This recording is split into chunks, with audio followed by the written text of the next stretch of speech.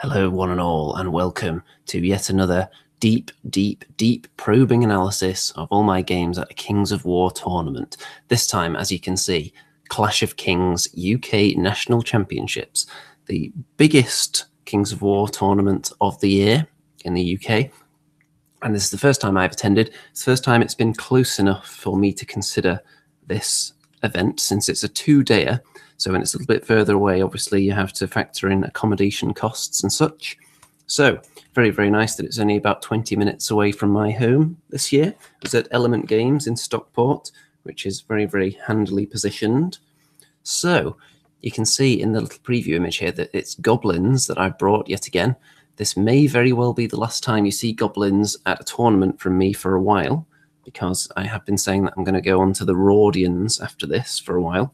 So we'll see. And I'm not going to give away any spoilers, but if I do particularly well with this goblin list at Clash of Kings, then my plan was, if I decide to attend the Masters, assuming I qualify, because I'm quite high in the rankings prior to Clash of Kings, then I would possibly, if this list does well, take this to the Masters also, as kind of the last hurrah for the list.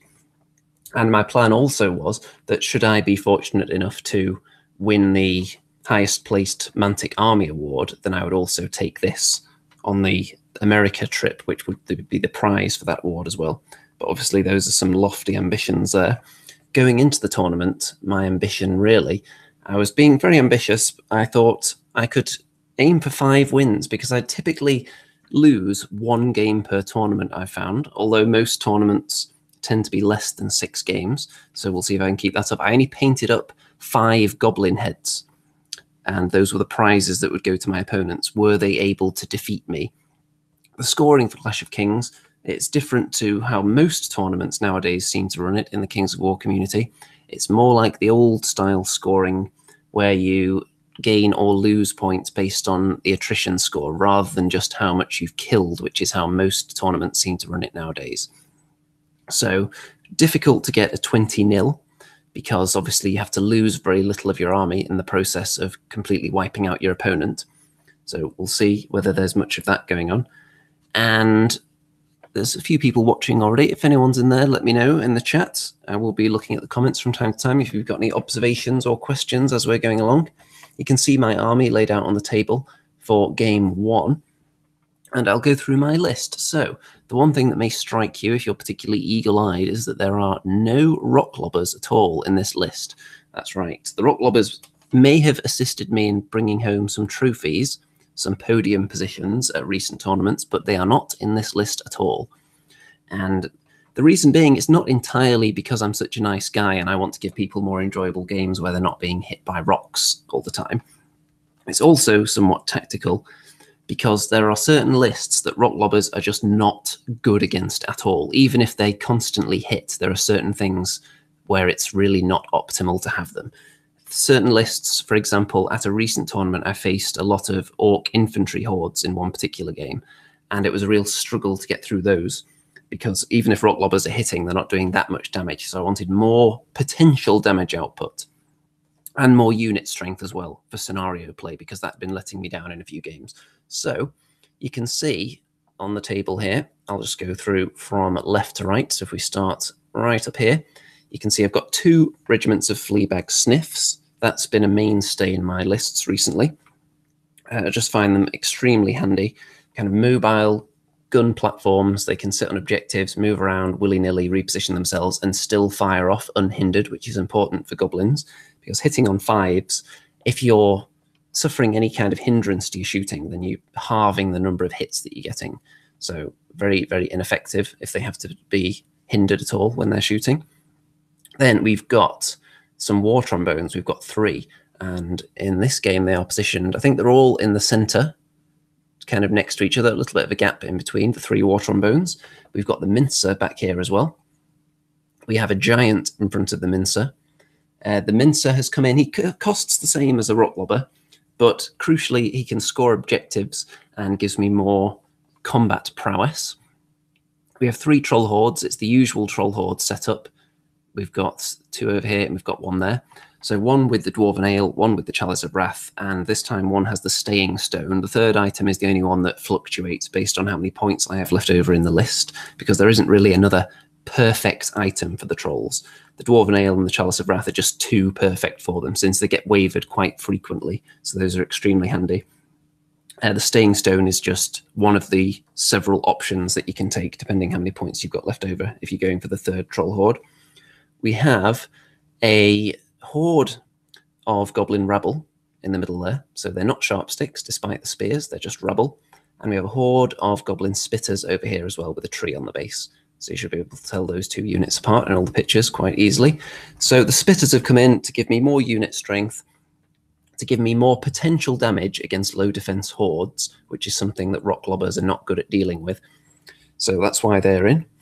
And then we've got a Flaggit down here with the Diadem of Dragonkind, just a single Flaggit, so he's my only source of inspiring for the goblin units. I've got 2 Troll Bruisers in there as well. There's one here, and the other one's lurking around somewhere.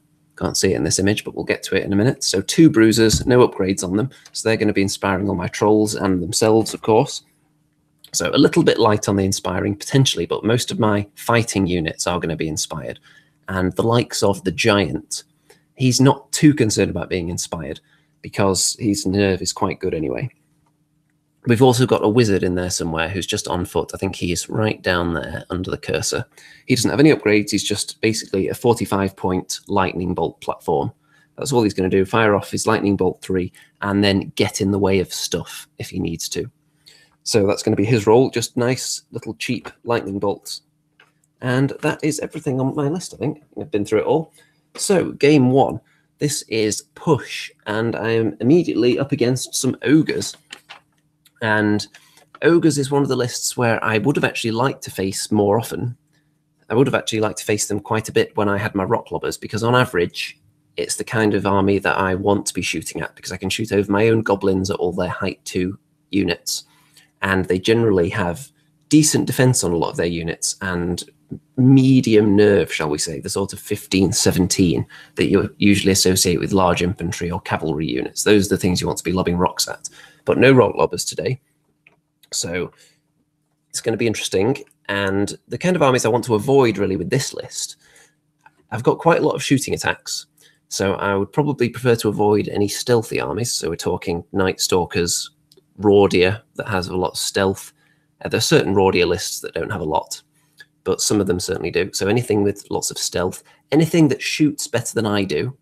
So lots of archer hordes, I think I would struggle against. Elven archer hordes, for example. Any lists that have multiple hordes of elven archers, I think would be an issue, especially if they're backed up with a lot of fast units as well, because the bulk of my army is speed 6 with the main fighting force. It's only the Giant that's a bit faster.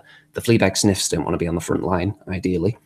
So let's look at what we've got opposite me in this game, in the push scenario.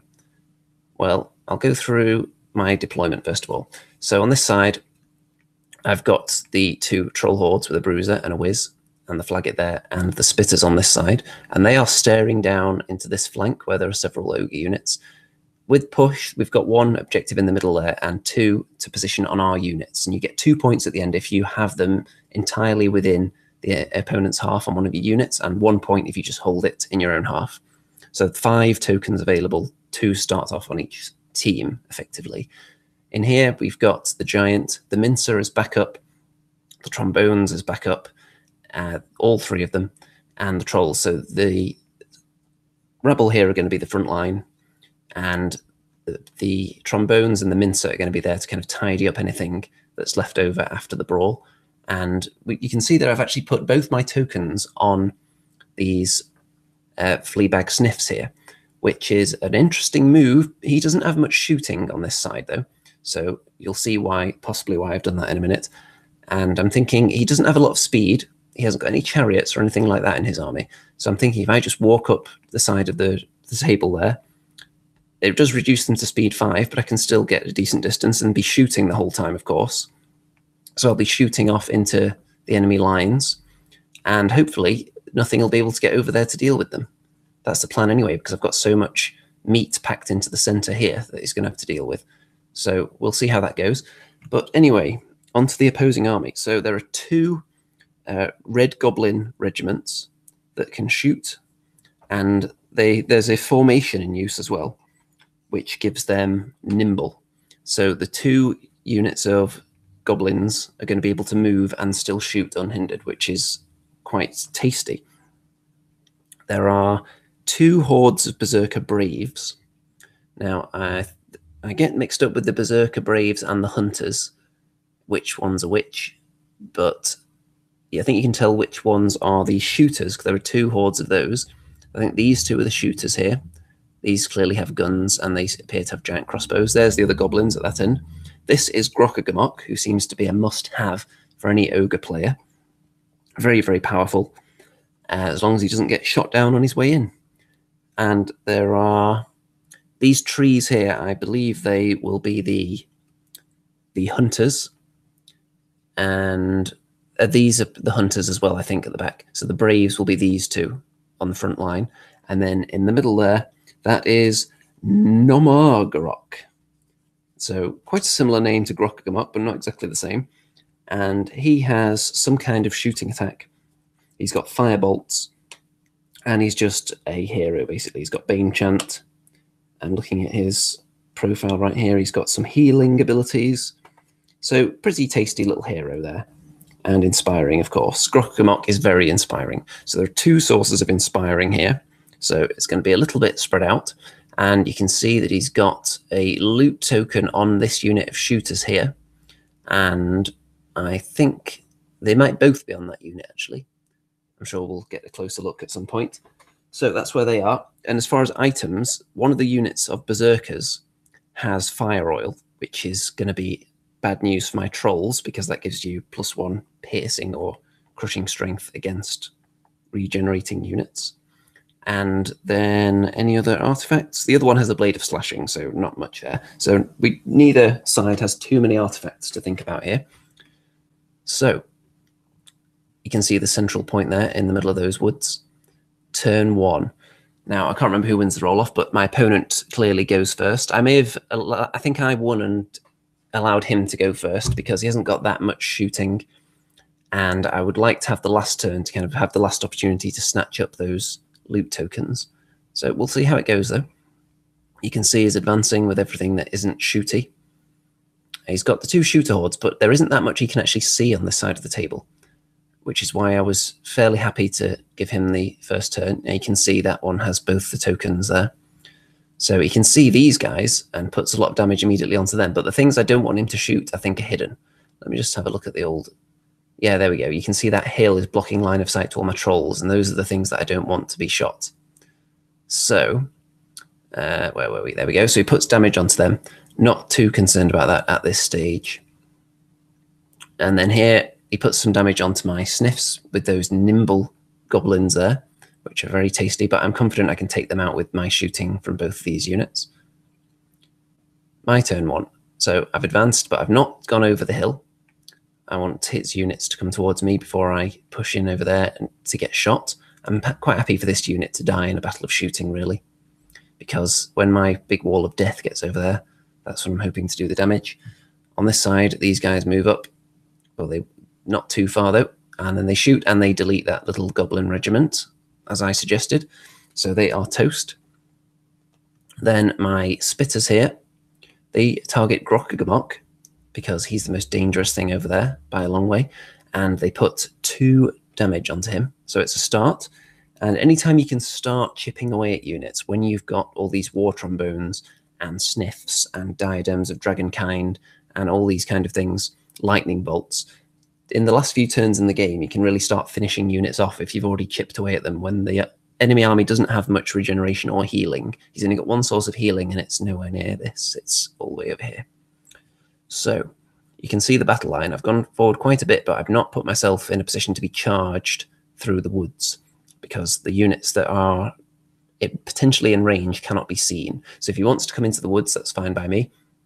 If he doesn't, I'm going to start advancing over there with that unit. And if he wants to chase down these 2 units of sniffs to get those tokens off them, then I'll be able to cut them off with my trolls and a bruiser there. So I'm fairly confident of holding on to those. And in here, I've got the backup of the mincer and the 3 trombones, which is quite scary. even if you crack through this line of nerve here with the rebel. Turn 2. So he's started to move up, including some of his shooters. So he's sacrificing a turn of shooting. He thinks he's going to have enough to take down my Spitter Horde, probably, with just one unit. And over here, you can see that only one of the unit of Braves has moved up into the woods, so they can be seen, but the others are still obscured from view. And let's see if they take out my Spitters. Yes, they do. So I'm not too concerned by that, though. I suspected that was going to happen. And Grokka is in a bit of a dangerous position, though. So I'm going to have to make sure I'm not in his range in a minute, because if he gets into a flank of a troll unit, that is basically auto-delete. Even in the front, he's got a good chance of taking them out, because he's an absolute combat monster. So I don't want to be charged by him. I want to kind of lead him a merry dance around here so that he can't charge anything, and shoot him to death with various things. I've got the diadem, I've got the lightning bolt here. The war trombones aren't too far away if they need to help out eventually when he gets closer. So we'll see. Turn 2 for me. Now this unit have just moved up there, and I'm hoping to kind of tuck them in slightly behind this. They won't be able to fit down this gap though, but they will be able to tuck in there and maybe get some cover if they start being shot with anything later on. And then this unit is the one that's going to be screening them and firing off shots over into the enemy. I've also moved Harambe the Troll Bruiser forward quite far, using the nimble ability there to turn around to face down the enemy lines. So that's causing a big threat. You don't want to get flanked by a Troll Bruiser. In the front, you can be fairly confident it's not going to kill you. It's only got 5 attacks, but it usually wounds with most of them. So you do not want to get flanked by it. Up here, I still haven't committed over this hill yet with anything, but I have edged this way, I think, to get out of Grokka charge range to buy me another turn where he's not a danger. And you can see that I double charged the Braves with the Giant, and these trolls here, these are the ones with the staying stone, the little obelisk at the front there, and these rabble have gone up as well into the woods, so they can now be charged, which I'm quite happy to see. I don't mind at all if they get charged, because I've got a lot of perilous plans in place, a lot of P's there, to take on whatever is left over after they kill that horde. So we'll see though, because as you can see, I don't manage to kill off that unit. The Giant doesn't care about being hindered, of course, but I don't think I rolled that well, and their nerve is quite high as well. So I wasn't particularly expecting to take them out in one go. So I'm anticipating that the Giant is going to be flank charged by something here, most likely. Perhaps this unit here. But I'm not overly concerned by that. Even if he dies, I've got a lot of death waiting for whatever's left.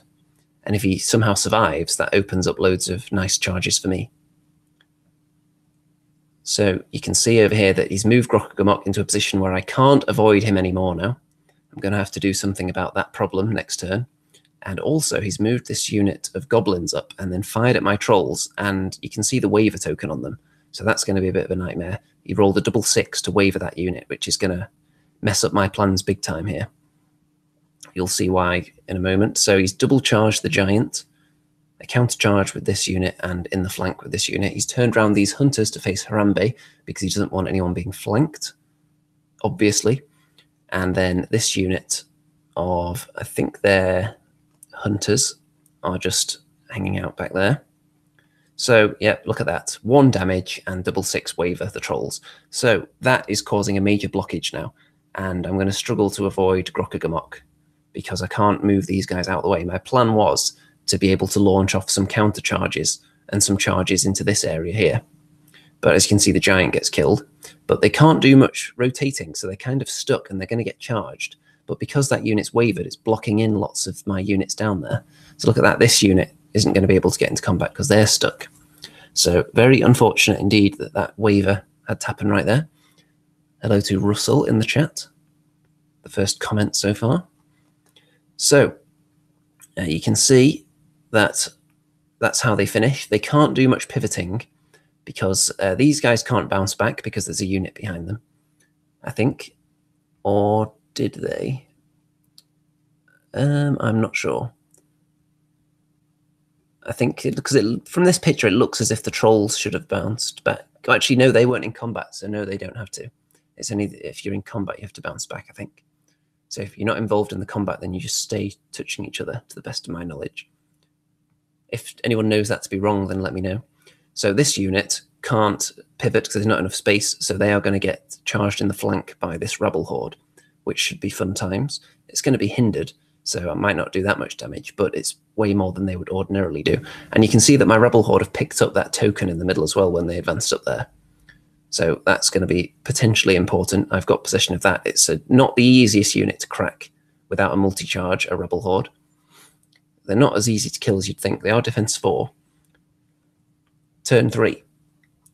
So these units here in position, firing off down this side. And here you can see that I do go in there. I put some damage on this unit, so it's a start. And this unit here, I charge them in the front with the troll horde and Harambe in the flank, but I do not kill them. And look at all that damage piled up on them, though. So not very good rolling there. And it's very shortly that I actually change the dice I'm using to roll nerve tests. I'm not particularly superstitious, but I have got 2 sets of the very nice, shiny Northern Kings dice from their tournaments. And I was using the purple ones, so I thought, you know what, let's just switch to the blue, see how it goes.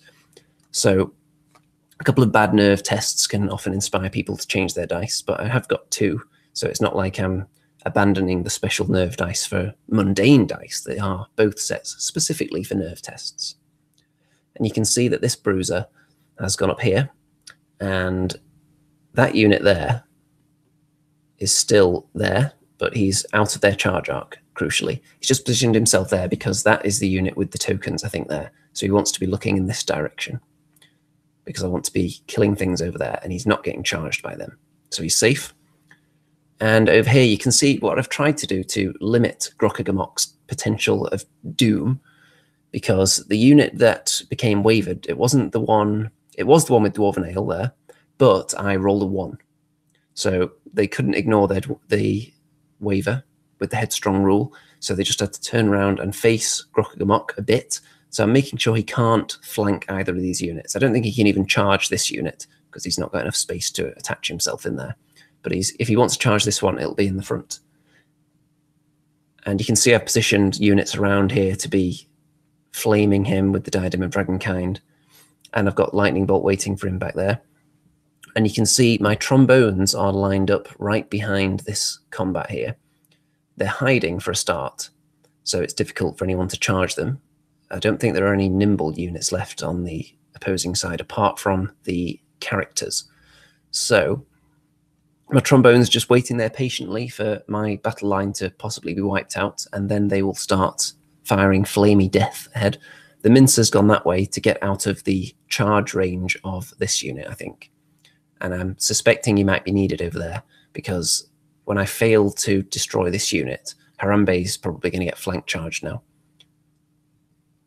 Turn 4. So there you go. Harambe flank charged by these hunters. These 2 units both get charges in on the trolls, this one in the flank. This is what happens when you don't roll very well. You end up in positions that you don't want to be in, being flanked a lot. And then this unit of hunters, I think these are the hunters, they've gone into the horde that are carrying the central push loot token. Over here, the 2 units of ogre shooters decide they're going to double charge the bruiser. Now, I'm not entirely sure if that was wise, because I think I'd put myself in a position. Let's have a look. I think I could have been shot by them. I think they both would have had shots. Maybe this one possibly would have been in cover, but there would have been no cover from that one. But he decided to go for the double charge instead. And ogre shooters aren't exactly terrible in combat, but I think maybe shooting them would have been the better option. And also he's brought his unit with the tokens right into the action now as well. He's also moved Grokagamok. He elected not to front charge one of my troll units because thinking even if he killed them, I would have another unit right behind to then charge him and probably kill him. So he's just being a nuisance, which I'm happy to see because I've got lots of shooting attacks. And the longer he avoids combat, the more time I have to whittle him down. The little red goblin unit put 2 damage onto these trolls. They don't get lucky and waver them again, which is nice. And here you can see that Harambe gets killed by the flank charge there, and that horde of trolls gets killed. Only 5 damage onto this unit, though, so they're okay. Over here, 1 damage is done to the Bruiser because they were both making hindered charges. So yeah, I don't think I would have done that. I think I would have shot at him, and then when the Bruiser charged into those units, he would have been hindered. So, we'll see how that works out for him. Over here, you can see that I've got this unit still just sitting here with the loot tokens, but this one has actually gone charging in because I spotted a flank, and I thought, you know what, I've got to take that because it's quite decent odds that I'll get something juicy out of that. I'm putting them right in harm's way, but they're not holding the tokens, and I thought, this is a really good chance to kill that unit, but as you can see, I don't manage it. And then the rabble flank charged this unit that didn't have space to turn round, but look at that, all that damage. That looks like 14 damage done there, but only able to roll 3. So that must be the unit that's nerve 18, which is the Berserker Braves. So yeah, wow. Okay, I think that's the point I ditched the purple dice, because there's just been 2 or 3 really awful nerve rolls so far with them. So I thought, you know what, time for the blue. So they come out after this. Over here, the Bruiser countercharges this unit, which may result in him being flank charged, but I don't mind. I just want to keep these units here because I've got troll reinforcements on the way in the shape of these 2 units that have moved into a position to head up there next. They're both on the hill, so they'll be able to charge into whatever's here next turn. And I have sent these trombones to look towards Grokkagamok and the Dynamo of Dragonkind, put a bit of damage on him. It looks like 8 damage, and get a waiver out of it, which is absolutely perfect because I needed that, because it was a calculated risk moving both these troll units here, going for the scenario win because the tokens are over here, ignoring Grokkagamok. If he was able to recharge one of these units, they would have been dead. But the shooting paid off. Turn 5. So the ogres, of course, because I failed to kill with this unit here, which in hindsight I probably could have just left them out on the flank shooting, but I thought, you got to go for it. Didn't work, so they're now getting flank charged. They're going to die. This unit of rabble have been triple charged, and they're almost certainly going to die as well. And here, the Bruiser, as predicted, has been double charged, but I'm not concerned about that, even if he dies. And these red goblins have just put themselves in between here, so I can't charge that unit with these trolls. I'm going to have to chew through them first. And then this character, let's see what his name is again. I've got a copy of the army list here. Nomargarok. Well, he uses his firebolts, and I slightly underestimated the range of those things. I think it's 18 inches, and he killed off my double push token carrying unit. So wow. Bit of a mistake from me there. So the other sniffs are dead as well from this unit, of course, and the rabble are dead. So, and they've stolen the push token off the rabble now. So they kill the Bruiser, and look at that. So that is looking like a very, very unhealthy position. He's holding 2 tokens there, 1 there, and 2 are just on the ground over there with no chance of me retrieving them. So at this stage, you might think it's basically game over for the trolls. Look at all the units here. But what did I say earlier? I have a wall of flaming death right here. I've got the 3 trombones, the Mincer, Lightning Bolt Wizard. I've got the Diadem of Dragonkind down here as well. And all his units pretty much are heavily damaged in the middle here. So it's not going to take much to tip them over the edge. So I'm confident I can clear out most of this next turn. And also, what I don't think he spotted is that he's left a flank charge open here. These trolls onto that unit of ogres there. So I think this unit's pretty much undamaged as well. So I'm going to be able to get in the flank, and there is just enough space for the trolls to fit in there. So I don't think he spotted it, because obviously I'm sure he would have tried to do something about it. He could have turned them to face this way entirely, which would have been the better option, but now he's going to get flanked. So that's 1 less unit that I'm going to have to shoot down. And then that's going to allow me to send the trolls into these goblins, get them cleared out, and then have the trolls staring down the 2 units of shooters, hopefully, for the last turn. So here we go, turn 5. The Mincer. Let's just go back. The Mincer takes out this unit. in one go, which is great. Then the first trombone takes down that unit, which is great. The lightning bolt and this trombone take down the other unit, so that's all those units dead. And this trombone and the Diadem of Dragonkind kill off Grokkagamok, so he's dead. And the trolls with that flank charge kill that unit. So all those units that I attacked, every single one of them is dead. So now all he has left is one hero and these two shooter units carrying the tokens, and I'm staring right at them with these two practically untouched units of trolls. So obviously he can back up a bit and block off charges, so I'm hoping to get turn 7 at this stage. So turn 6, he attacks the Mincer, and I think he might just move in front of it actually to stop me getting to this token, because he can't see me to charge, so he just moves there to stop the Mincer getting to this push token.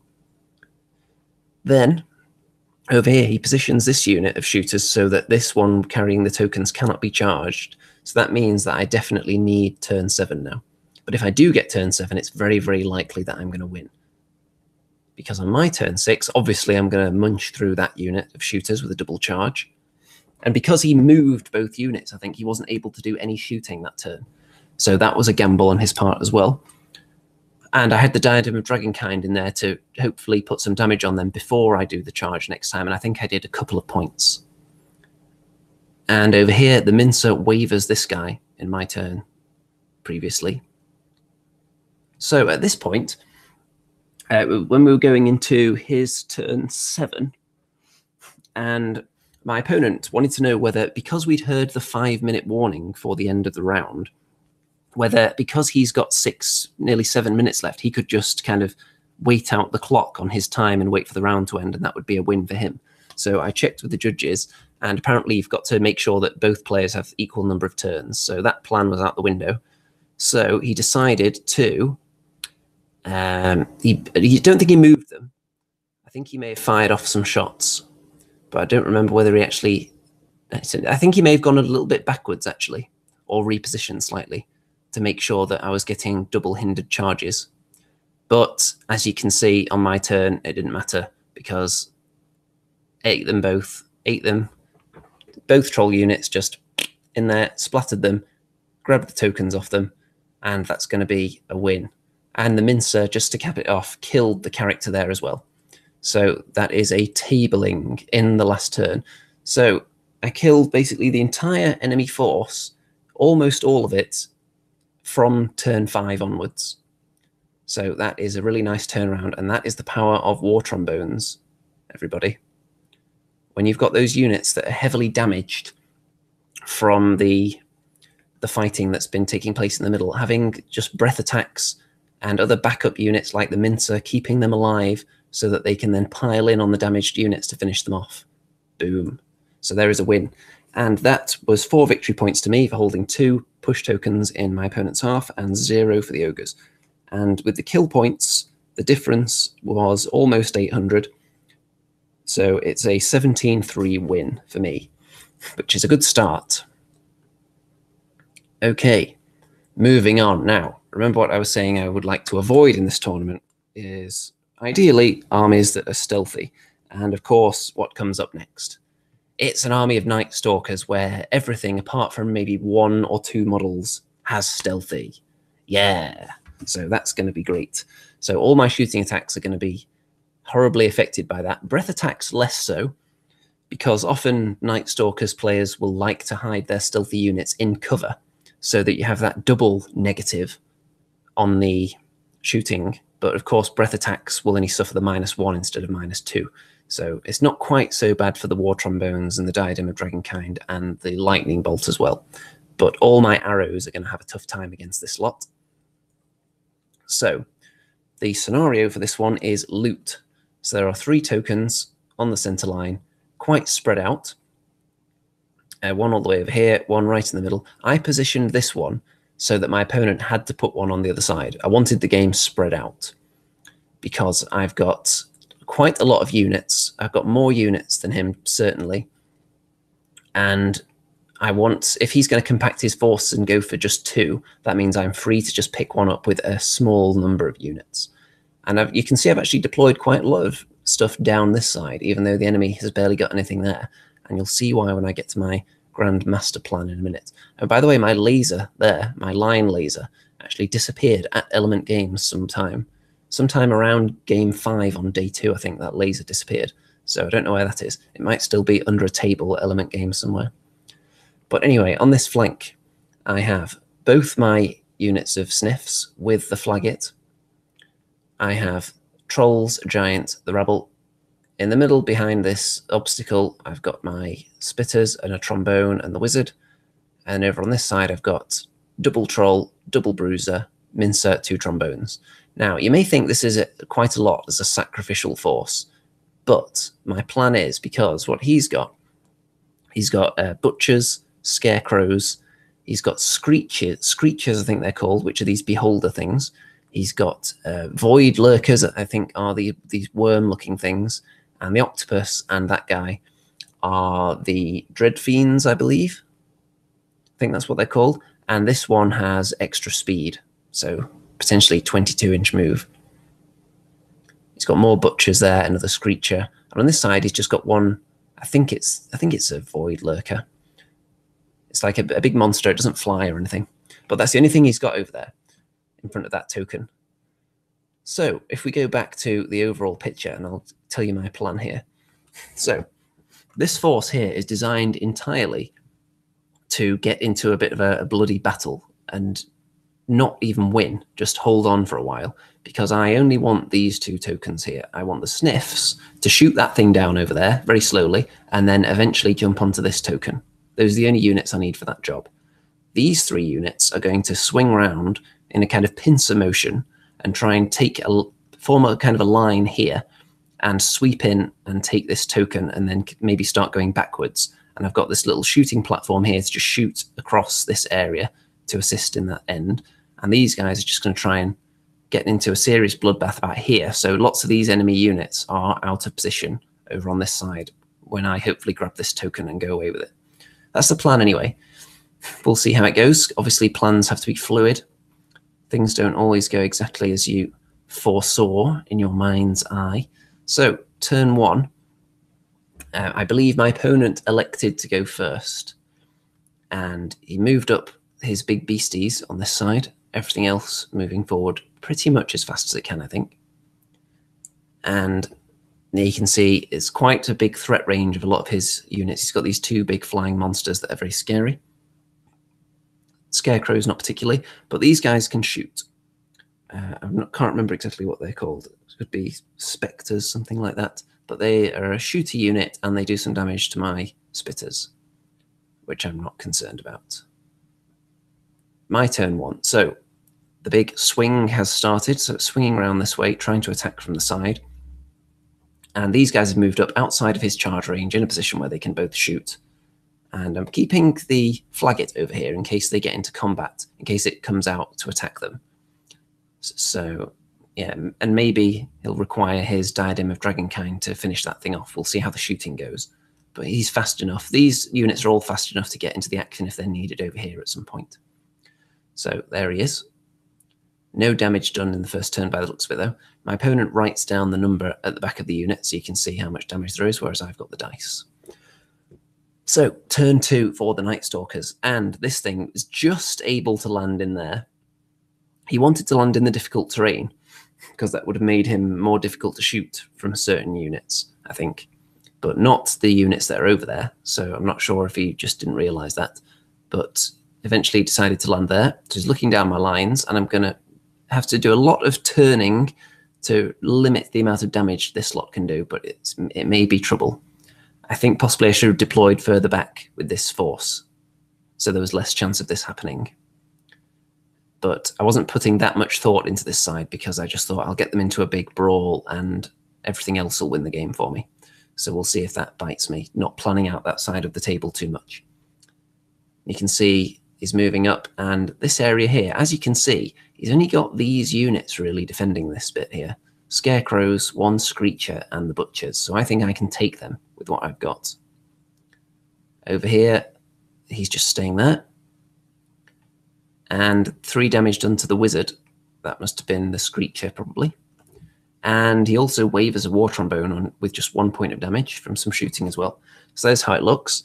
And you can see he's pretty much set up the way I kind of want him to at this stage, because I'm going to be sweeping in with these units in a minute. The question I've got, though, is have I put enough in this flank force? If I put more over there, that may have, if I was deploying more units on this side, that could have encouraged him to deploy more over here. So we'll see if it works. Turn 2. So they're going to be firing off again. They do a tiny bit of damage, so I'm thinking it may take a while to kill that thing with shooting, but I don't want to go near it yet. Over here, I've pushed the rabble forward. If he wants to charge me, he can feel free, because I've got the giant and the trolls waiting there. And over here, I've moved this guy backwards so that he can't be charged by things, mostly, and so that he's not going to be overrun.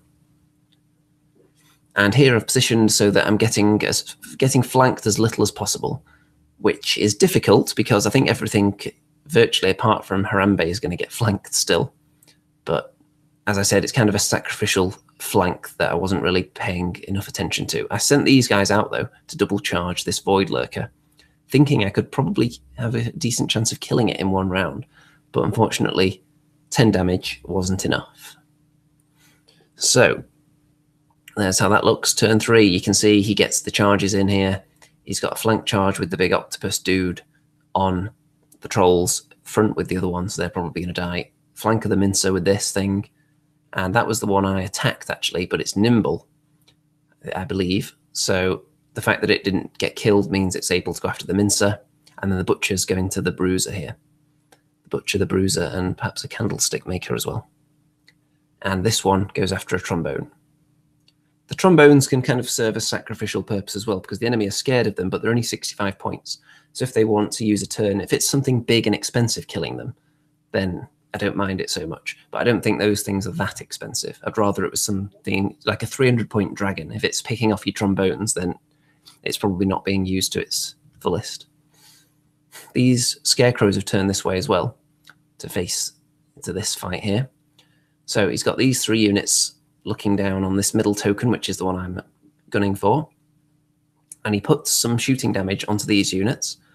And it's enough to get rid of the wizard and the trombone, which is bad news for me. And the bruiser's gone on only 5 damage. So that took a roll of 10 twice to get rid of him. So, wow, against the odds there, but the bruiser is dead, despite inspiring himself. And they just turn to face that way a bit. The trombone is, of course, dead, and it's just moving forward, ready to kill this one next time.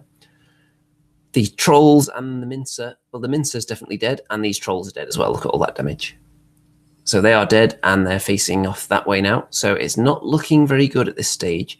That bruiser getting killed I could have done without, because it would have caused him, it would have forced him to turn back this way a bit, because I probably would kill that unit there on the counter with both of these units in one go, I would have thought. So, it's not looking good now. I'm not confident the troll's going to take that unit out in one hit, which means he doesn't have to worry about this area, so he can be looking down there and maybe looking for charges into my archers. But the one thing that he's left open is actually a flank charge from my spitters into this unit here. So I'm actually going to take that because I want to front charge with the rabble and pick up the token, and I want to flank charge with the spitters. Even though it's going to be a hindered charge, they're not going to have a huge number of attacks.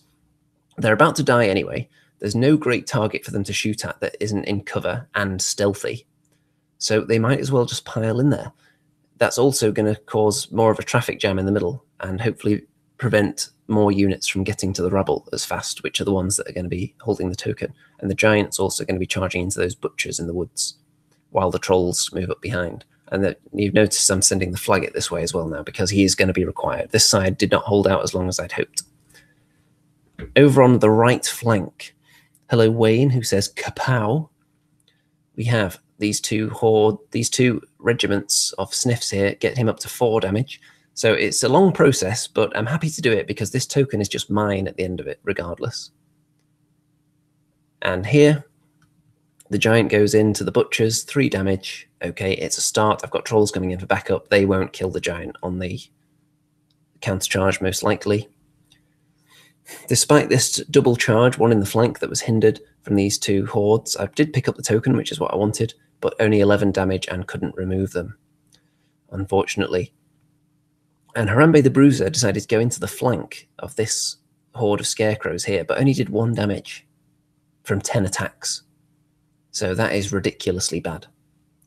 These trolls do actually take out the butchers, so that's nice.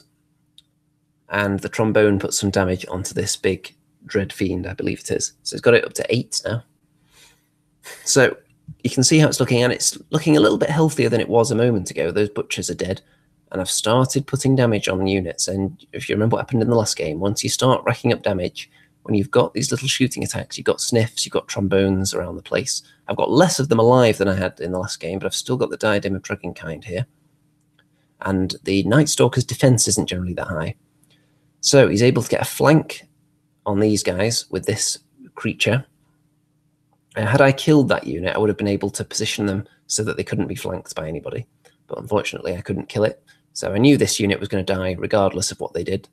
So they accept the rear charge and they accept their fate. And Harambe gets rear charged as a result of not doing anything to that unit. And I think I probably just forgot which way this thing was facing, to be honest. Because it's, if you look back here, let's see, there's lots of units here. That, I think that one's looking this way. And because he bounced off, yeah, it can just about get him his rear charge on him there. So yeah, there's so many beasties. I can't be thinking about survival on this side. I've just got to try and kill, kill, kill. So he's going to get killed. The trombone's going to die. Those trolls should survive that. The scarecrow attack. I was just hoping Harambe would put a decent number on them so that the trolls could then kill them maybe next turn and overrun and start looking at that token. Over here, the shooty stuff in the middle puts some damage on the trolls, not much. The giant takes 5 wounds back, but he's not worried about that. And I lose the rabble in one go. So the front charge from the scarecrows, the flank from this beastie was enough, and the beastie has taken the loot token. So that's not good time.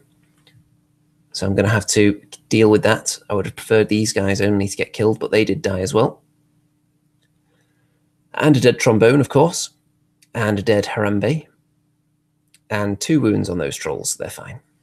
So it's not looking too healthy, but it's definitely not over, because I'm certainly going to end up with this token, no matter what happens. And if I can just steal that, I've got the units to do it. And there's damage built up on a lot of the stuff around here.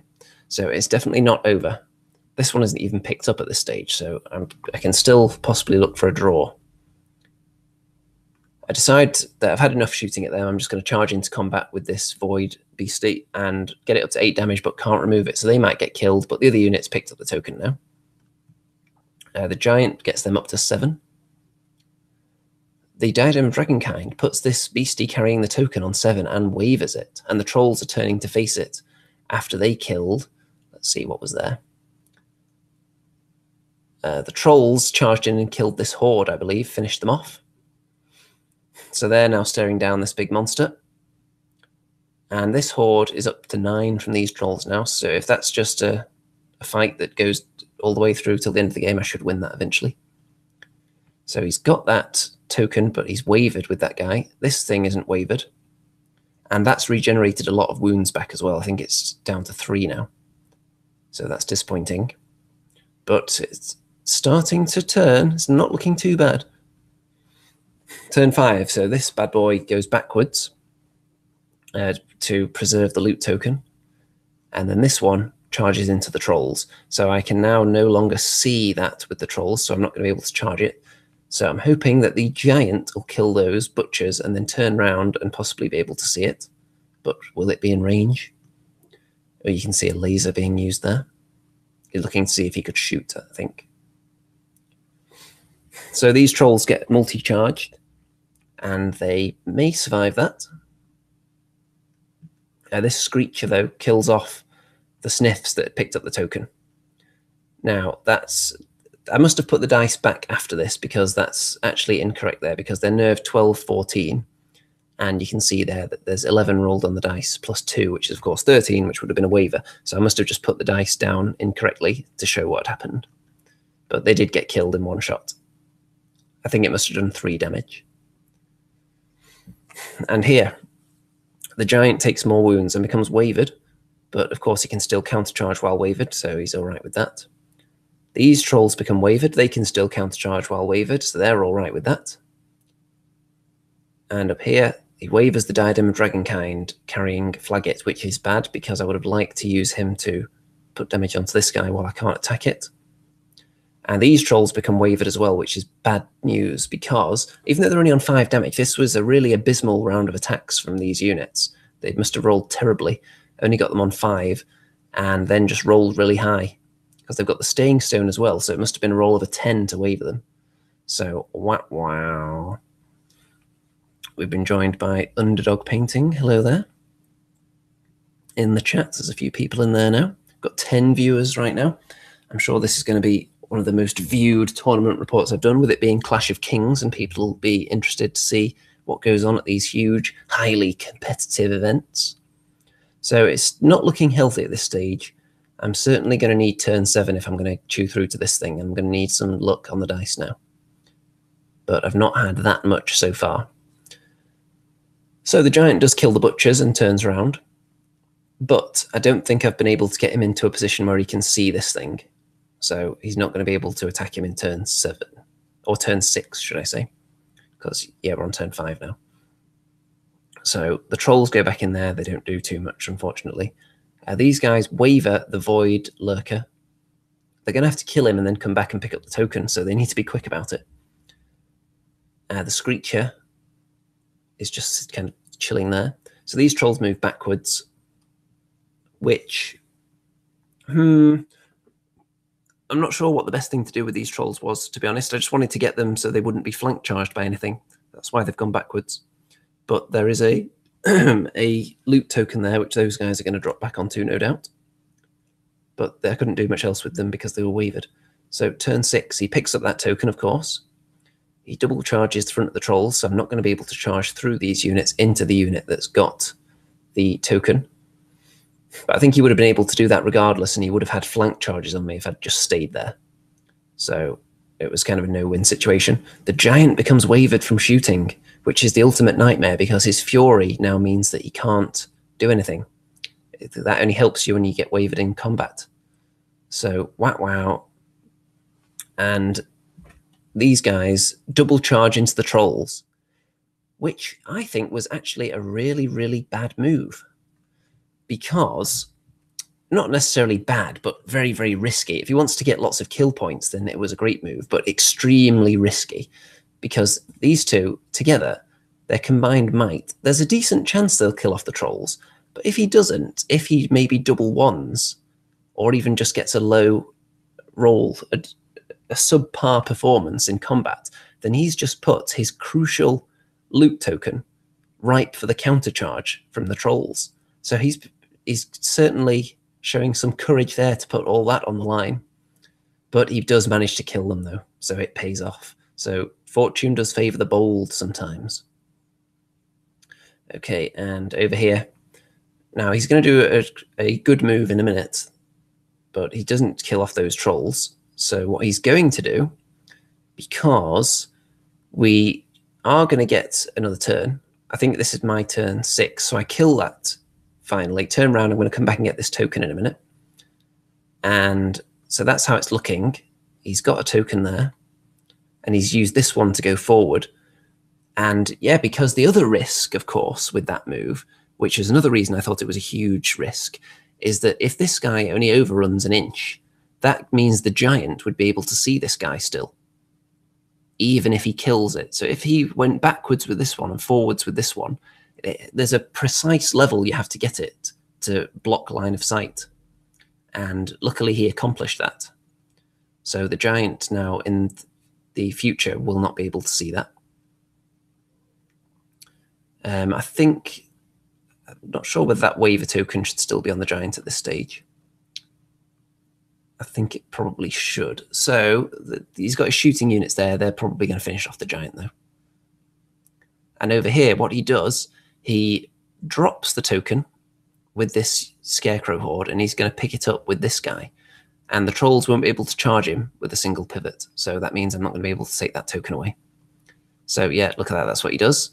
in turn 7, which we do get. So I'm not going to be able to take that one. I get the sniffs onto this one, though, which is nice. And then the giant has to charge this one.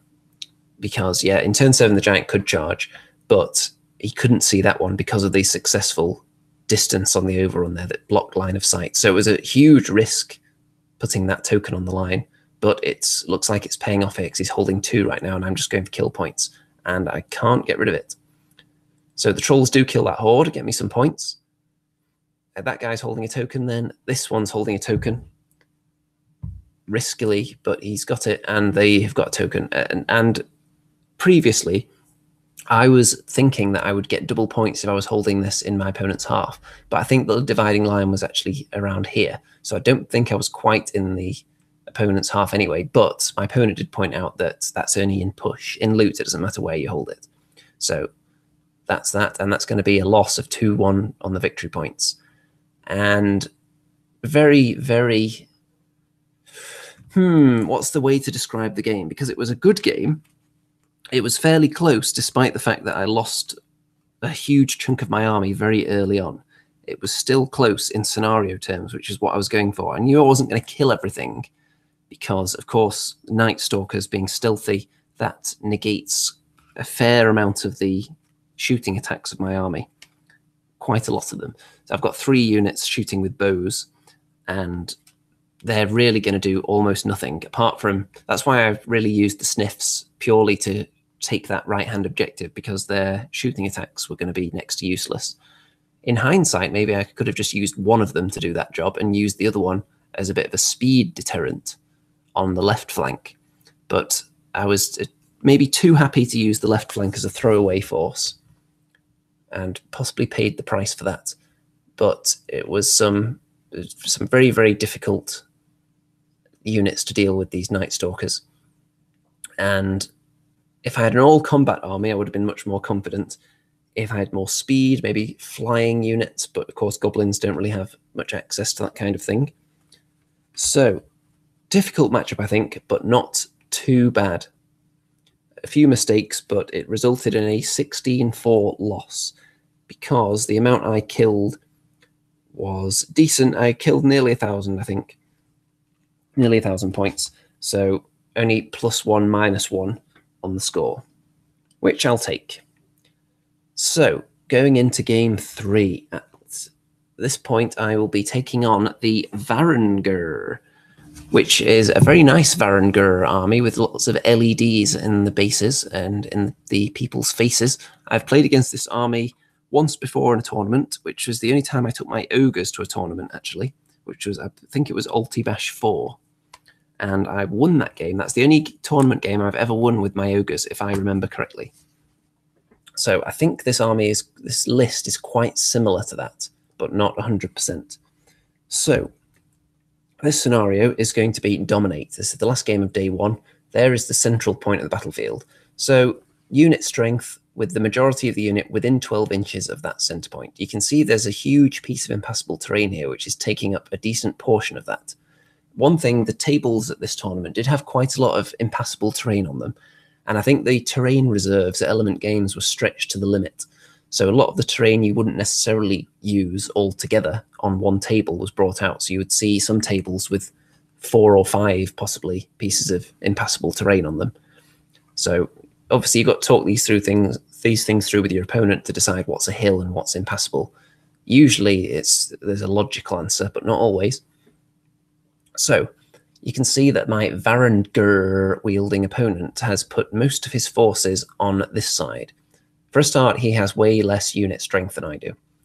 But with it being dominate, that may not matter, because it's about how much you can cram into a small area. So I may not be able to fit all of my unit strength in there. So we'll see. But it does mean towards the end of the game, if we've been killing each other a lot, I should have more left in theory. So he's got so much death over there. I've positioned most of my stuff on this flank. And the flanking force, I've got 1 trombone over here. You'll see why, because there's a flyer over here. And the sniffs are both on this side, because they're fast enough. It doesn't matter if they're right out on the flank, they can still get in. Same kind of thinking with the giant. Again, he's only worth 1 unit strength. So him all the way out on the flank and not making it back to the middle isn't that big of an issue. I've got all my hordes within striking distance of the middle though. So there's that flank force. We've got the spitters staring down the middle. We've got the bruiser, got some trolls, more trolls, the backup force with some trombones here because there's another flyer over on this side, the wizard, giant. And what's my opponent got? Well, he's got a king on Chimera.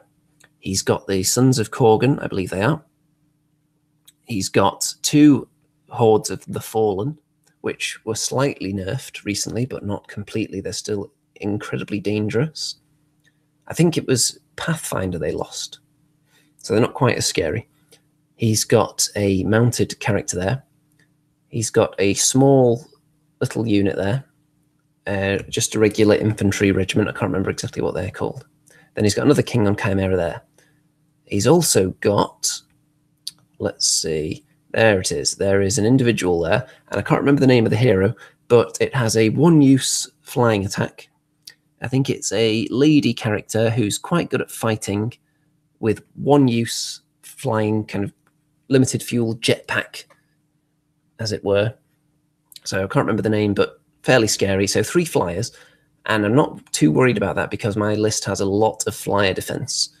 Not only the 3 war trombones and the diadem of dragonkind and the lightning bolt, but also the sniffs are great for flyer defense because they can spin round and shoot without taking a -1. Obviously, they wouldn't be as good for shooting at the individual because they would suffer the -1 for that. But breath weapons won't get -1 for shooting an individual. So I'm quite confident there. So I'm pretty confident in this matchup. There are also some forest shamblers, I think, as allies thrown in as well. It's quite common to see people take those as allies. So they've made a vanguard move halfway up the battlefield already. Turn 1. So my opponent gets the first turn and really puts the pressure on. So he's got lots of stuff in charge range already. The king on Chimera, which is an amazing model, by the way. And someone was saying that they wanted me to put up the full high-resolution versions of all these pictures on Facebook because Google Hangouts does kind of strangle the quality of the pictures, so they tend to come through slightly lower than they should. So what I may do is select some images of the really nice models and put them up on my Andy2D6 Orange Wargaming Facebook group after this. So if you want to check out that group and join, you can see various channel updates, and I'll put up some of the really high-quality pictures on there so you can see them. So multiple units moving up into range. The Fallen are quite fast as well, both of them moving up. And the hero here that flies once. So there are lots of charge options available to my opponent now on my left flank, so I'm going to have to be very careful with my positioning. This king on Chimera has moved up, staring down into this flank, but I'm quite confident I can use my maneuverability here and put some damage on it. I don't know why I've got 2 pictures. Oh, yeah, I see, because he had it facing that way and then tinkered with it, so I took another picture. And then he tinkered again a little tiny bit, so I took another picture. There we go. And this unit just kind of lingering around here in the dominate zone. Turn 1 for me. So these sniffs just go all the way up there. And they're not even worried about turning round at this stage. I think they already had to do a slight pivot to get to that position. That's why they haven't turned back. They were moving 20 anyway, so they wouldn't be able to shoot. These guys have moved out in front, though. They don't mind being charged, because even if they die, oh well, it's stopping this guy charging anything juicier. So my trombone edges into the woods as well and fired off. It looks like I've put 4 damage on it so far. In the middle, I've pushed most things up. Harambe the Bruiser, making a beeline for the dominate zone. And over here, this is a very, very complicated setup. I've tried to prevent as many flank charges as possible. And the giant, it's an interesting use of the giant, which some people would say is probably questionable, but I will explain the thinking behind it in a minute. So I've moved the giant up, right up to the edge, so he can only see like down there. So he could see this creature and the knights behind it, and I'll tell you why that's important in a moment. So this unit of rabble have moved up, obviously to be sacrificial lambs. I don't care who charges them. He can charge it with 8 different units and kill them. I don't really care about them, because then I've got this absolute wall of meat and death right behind them. The 2 troll hordes, the mincer, the trombones, the diadem, the lightning bolt, the bruiser, all ready to pile in on anything that successfully breaks through this goblin shield, effectively. And with my shooting attacks this turn from... I've got my archers there that would have been shooting at least. You can see I've put 3 damage onto the forest shamblers and 6 damage, 9 damage, that is, onto the big king on Chimera, because one of the trombones, at least, actually maybe 2 of them were in range of him. At least 1 and the diadem and the lightning bolt, though. So he's up to 9. And down here, this one, yep, it looks like 4. So the giant, the fact that he's looking this way, is going to force my opponent to pile in. And the reason I want to do this, I don't want to leave it until turn 3 or 4 to be fighting, because my hordes over here are not fast. His valuable scoring units over here are very fast compared to mine. So if he ends up winning this flank late in the game, he's going to be able to get back into the center. If I end up winning this flank late in the game, I may not get everything into the center. So, I've got to factor that into anything. And I'm thinking I want to get the fight over with as soon as possible.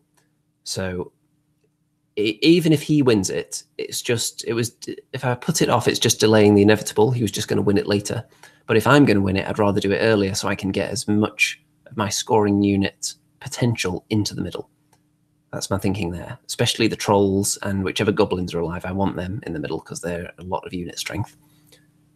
So I've put the mincer facing in this direction so that he's not charging it with the flyer in the flank. But this one is going to be a bit of a trouble here, this character. I can't avoid being charged by her in most of my units, I think. Turn 2. So the king on Chimera, this one was on the right flank. He's jumped over the top of the sniffs, just landed there. I left the trolls out of charge range, of course, because I'm not nuts. And it's just outside the troll's charge arc. So it's a turn just positioning to threaten. So we'll see how scared I am. And this little flying character here used her once per game flying move to find the tiniest crevice that I'd left open to this war trombone. So when I was doing all that precision positioning, that's the one thing I didn't factor in.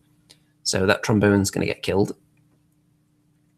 This bad boy, he physically wouldn't fit in this space here because of his wings being too big. So we just put the base in there to show where he's supposed to be. He's attacking this troll horde in the front. These knights attack this troll horde in the front.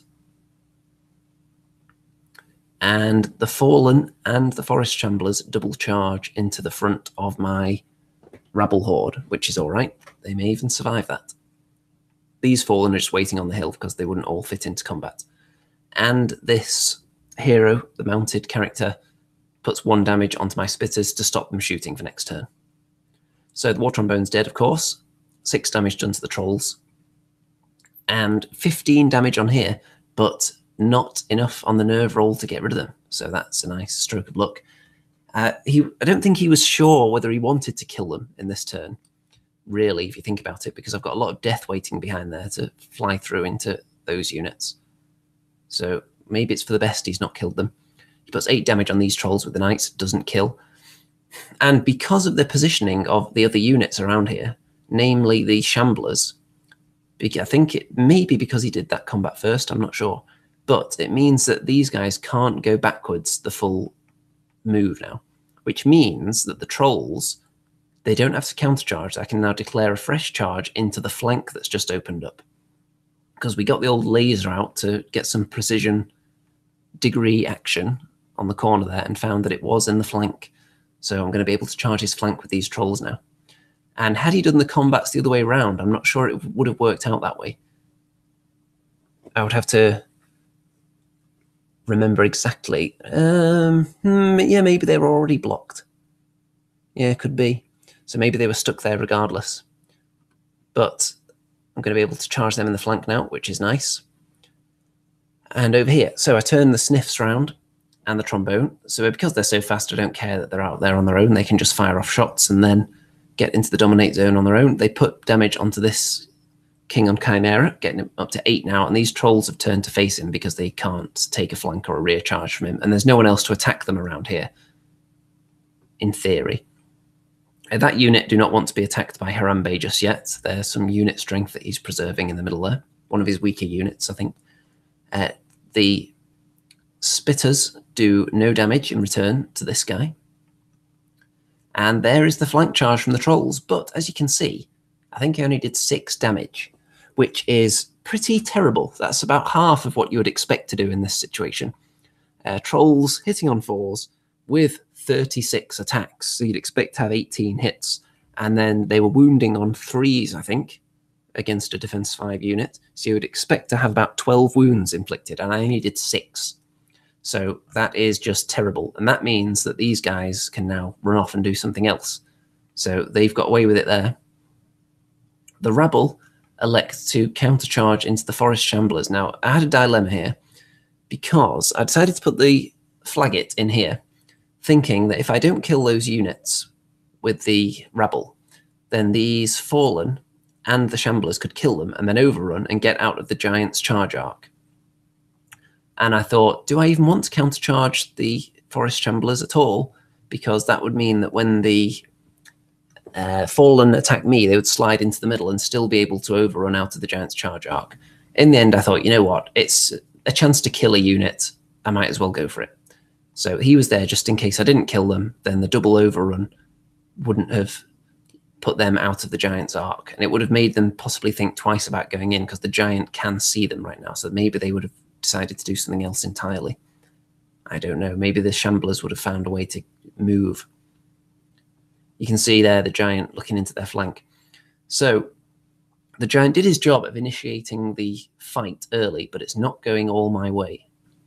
You can see that I've got shooting attacks turned round to toast this individual who can no longer fly, but is still a danger, and got her up to 2 damage, which isn't enough at this stage.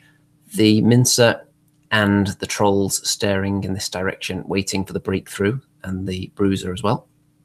Turn 3. So, yeah, look at this. The knights that I only did 6 damage to when I was hoping to do double that. The trolls that I turned so they wouldn't get rear charged or side flank charged by the king on Chimera on the right. They have now been rear charged by the knights because my trolls failed to kill them. Wow, wow. So that gamble certainly did not pay off. So these trolls are going to get eaten alive now. The fallen on the hill that were waiting to get into the combat now going to these trolls that the knights were just fighting. The king on Chimera here gets into the flank of these trolls, which isn't going to be fun. And the individual has a lot of choices. She had the flank of the mincer to attack, which is only defense 4, another trombone, or my inspiring flagget with the diadem of dragonkind, and that was the chosen target. So the fallen have obviously gone back in here to finish off this unit. And this guy, I don't think he does any damage to the spitters this turn, so that's a bit of a nightmare. And they are quite happy for Harambe to engage them now. They're thinking they may be needed in the fight rather than just chilling out around here. And look at that, double 1 on the flagget. So wow, that was a waste of a round.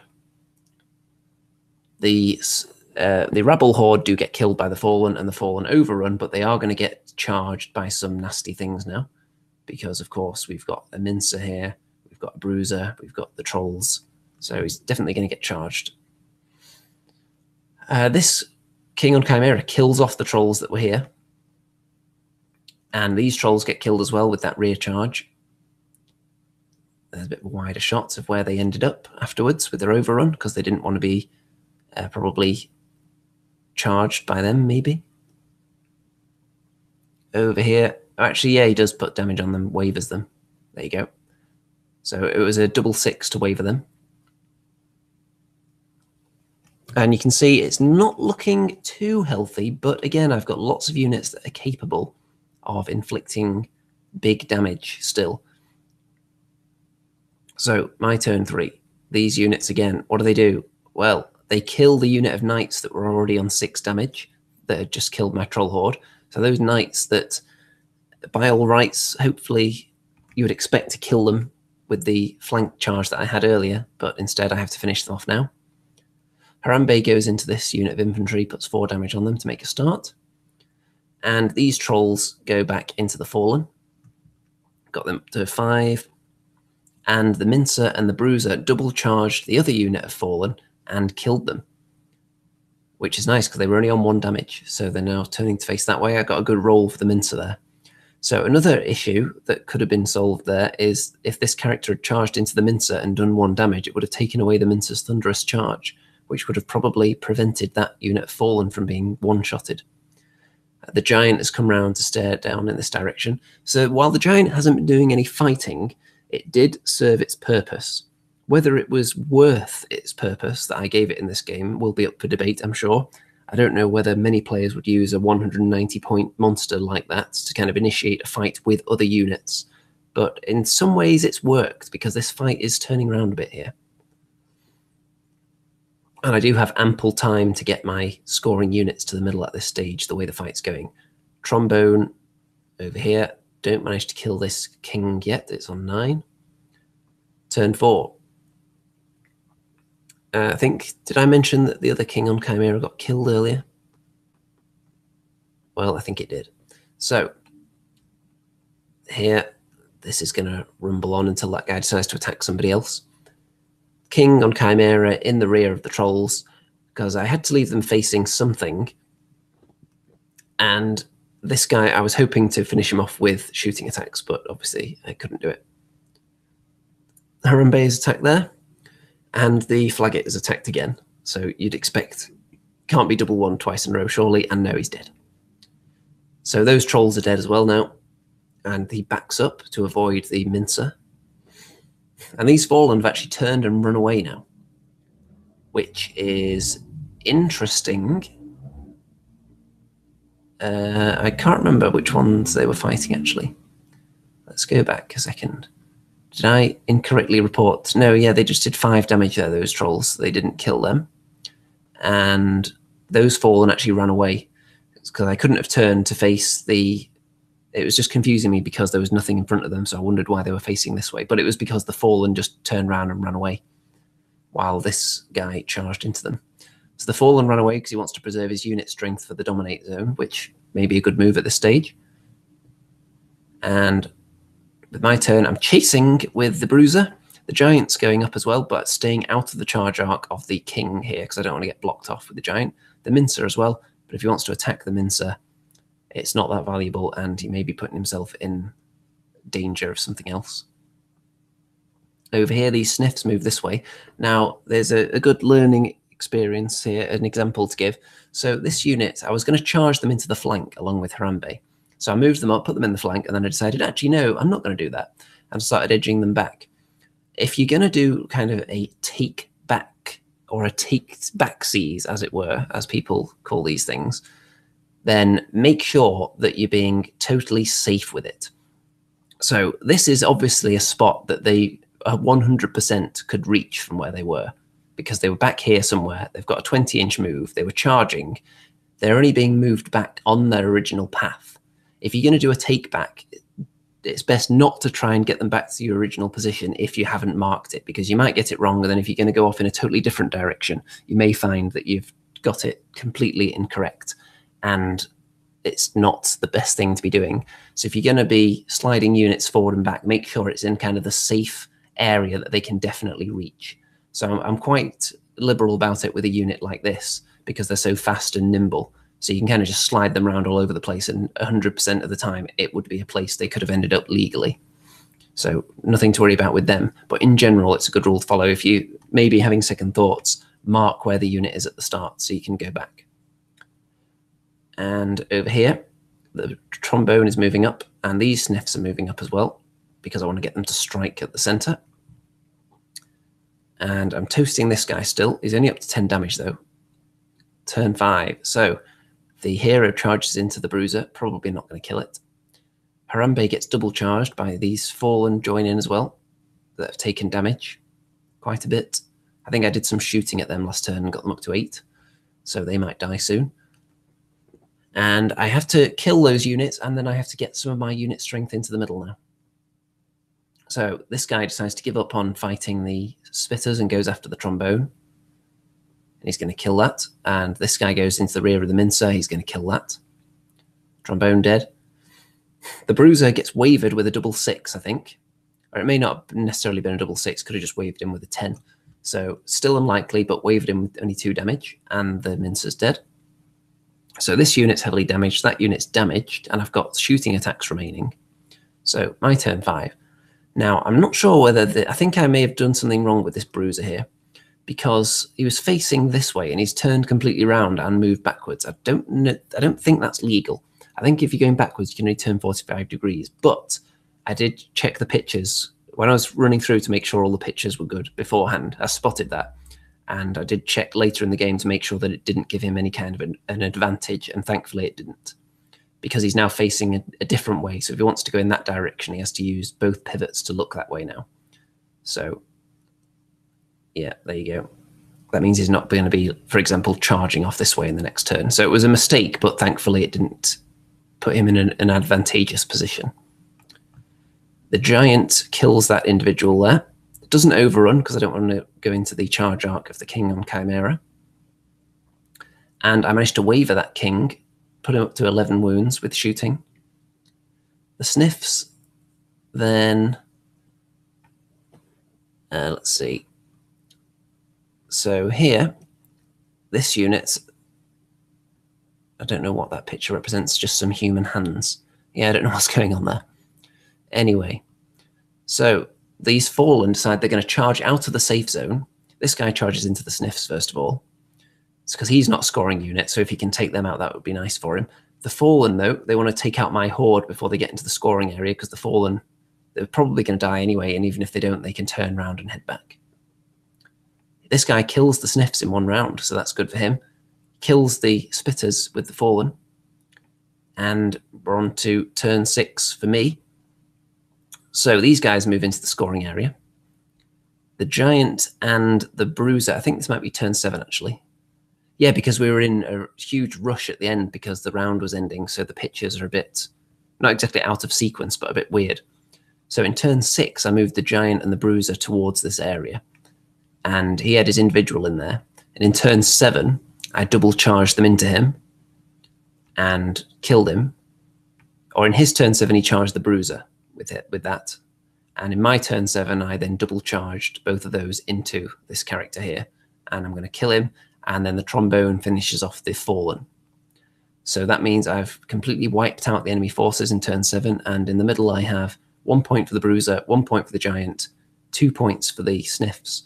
So 4 points to 0 in the scenario. And we both achieved quite a lot of kill points, but I got everything, and it resulted in a 17-3 win with the totals. So my second 17-3 win of the day, in there with that 16-4 loss as well. So 2 wins and a loss, solid so far, on track for my target of 5 wins at Clash of Kings from day 1. Only the 1 loss, only had to give away 1 goblin head so far. And we are now going to go on to day 2. So before we do that, thoughts on my games in day 1. All of them were very interesting games. I think I learned something from all of them. I didn't have any easy matchups on day 1. Sometimes at a big tournament like this, you'll end up with a fair few players that haven't played much before, or just play for kind of the fun, laid back, the socializing aspect of it, and just like to hang around and like drink lots of alcohol later and aren't even too concerned about the gaming. There are a few people like that turn up for these tournaments. So if you're lucky, you can face people that don't have that much experience in your first game. If you get a big win, and then maybe if 2 inexperienced players were matched up at random in round 1, and one of them gets a big win over the other, because that's very possible, then you can potentially get 2 or 3 matches in a row that are somewhat easier than you would expect. Even if you keep winning, you don't necessarily face the cream of the crop if you keep winning, because it depends how big their wins were and who was matched up in round 1, of course. If 2 of the best players meet in round 1, then one of them is going to be a nasty shock for somebody in round 2 who lost and now suddenly has to face this monster. But I got nothing but really good players, I felt. They all seemed to know what they were doing very much. So I also played 2 players on day 1 that I'd never played before. They were both Spanish, and there wasn't too much difficulty with the communication. Their English was certainly good enough to take part in a tournament. I would always be hesitant to go to a tournament in another country just because I don't have any grasp of any other language, really. Only very, very basic phrases. So that's something I'm envious of people in other countries who have a better grasp of foreign languages than I do, because they can then travel all around the world going to different events and slot in quite easily. So we are on day 2 now, and the first game of day 2 is going to be the Invade scenario, and this is up against the Herd. Now, this army, this Herd force, is entirely made from Mantic models, pretty much. One or two, I think, that aren't Mantic, but mostly it's converted Mantic models into a Herd army. And this actually won 2nd place in the best army. So it was very nice to be able to play against this. It was very nice to look at. And I couldn't even tell at the time that the beasts, I can't remember exactly what they're called now, but the beasts, the fast chaff unit, they were converted from more beasts. I didn't even notice during the game because it's so well done. So we'll get a good look at those in a minute, and I'll put up some pictures, some nice close-ups of this game as well on the Facebook group afterwards. So Invade, of course, you want to get more unit strength than your opponent in their half. And he's got some decent unit strength on his side. He's got quite a few hordes. My unit strength is good. It's 22. I do have a few units that don't provide any unit strength, with the trombones, of course, and a couple of individuals. But most of my units do give at least some, and I've got a lot of hordes as well. So let's go through the forces, and then I'll give you my battle plan here. On the right, I've got my Spitter Horde. I've got the unit of Sniffs and the Flaggit. Usually you can tell where the enemy shooting is because I've put my Flaggit on that side. Usually. We've got a Giant. We've got the Bruiser there. We've got some Trolls, a Trombone behind. You can normally tell where the enemy fast or flying units are as well by the location of the Trombones. There's the Rabble Horde in the woods. There's more Trolls. And on this side, we've got Trolls, Bruiser, Mincer, 2 Trombones, one further back, so you can tell there's definitely something fast or a flyer over there. Then we've got the other unit of Sniffs and the Wizard. So on the enemy force, we have these beasts here. I can't even remember what the Herd, really fast, beastly chaff unit are called now. But then he's got this big flying monster as well. He's got some eagles, lichens, more of these beasts here. So there's 3 units of them. And I would preferred it if he put them on the front line, because then I could shoot them all down early on in the game. But he's quite wisely hiding them, because if they were just at the front, they would just soak up not much damage in order to kill them. So yeah, that's actually good positioning, I think, there. He's got 2 hordes of your kind of regular Herd troops. There's no Stampede anywhere. So I think they might be called Hunters or Warriors, something like that. More Lichens over here, more beasts. Not more beasts, but more beasts. Yeah, it's going to be confusing if I just call them beasts, isn't it? So turn 1, my opponent gets it and moves up. So I'm only going to be able to kill small amounts of these units, because one of them's hiding behind the other, of course. He's got a big flyer there, so I'm concerned about that. He's got the eagles looking in on this side. But if we go back to the wide picture, I'll just tell you why I'm not overly concerned here. My plan, I've packed most of my unit strength on this side of the table. There's big pieces of impassable terrain here. He's also got like a sacred stone that gives rallying around it as well. So most of my stuff over here, most of my unit strength, I want most of the fight to be contested on this side. I think those units versus these units, I'm going to win quite handily. And I think over here, I've got enough to cause him trouble. Even if I don't necessarily win, I think I'll have more of a chance in that fight than he'll have in this fight, if that makes sense. So I think if we kind of end up winning the fight on each other's side, I will survive with more stuff on his side, which will lead to a victory in the Invade scenario. So that's the theory, but we shall see. I think I've got better unit matchups, is what I'm saying. So turn 1, there's the advance. These guys haven't gone up as fast as they can. The Lichens are hiding, which is going to prevent my advance from being completely as I would like it. My turn 1, I've moved up quite a bit with everything, but keeping everything out of charge range of the Lichens for now, because I want to shoot them down. I've got the Sniffs here and the These spitters do move forward, actually, because it is invade. I want to get them in a position where they can get into the opponent's half by the end, and they can actually see the lichens from there as well, so I can do some more shooting with them. Only do 1 damage in the first turn, though. Wizard moves up here, so he's not in a position to be overrun, and if someone wants to attack him, they'll put themselves in prime position to be charged. And I shoot down with the sniffs the first unit of enemy doggies there. So they're gone. I've sent the trolls so they can still see that way in case there's a big, massive rush forward, but they're threatening this area big time now. So it's going to make him maybe hesitant with what he's doing over there, or it'll make him send forces from the area he's likely to win into this middle. So there's how it looks. I'm concerned about these guys. I don't want them to be flank charging me, so I'm going to try and whittle them down with shooting and then advance in the same turn that I plan on killing them. We'll see if that works out. So yeah, there's that damage that was done. Turn 2. So he charges in these remaining beasties into my sniffs. The other ones that were over on this side get into the bruiser. He went into the bruiser because he wanted to block up the charge options. So the trolls can't fit through that gap. The bruiser won't be able to get around there to attack other units, even with nimble.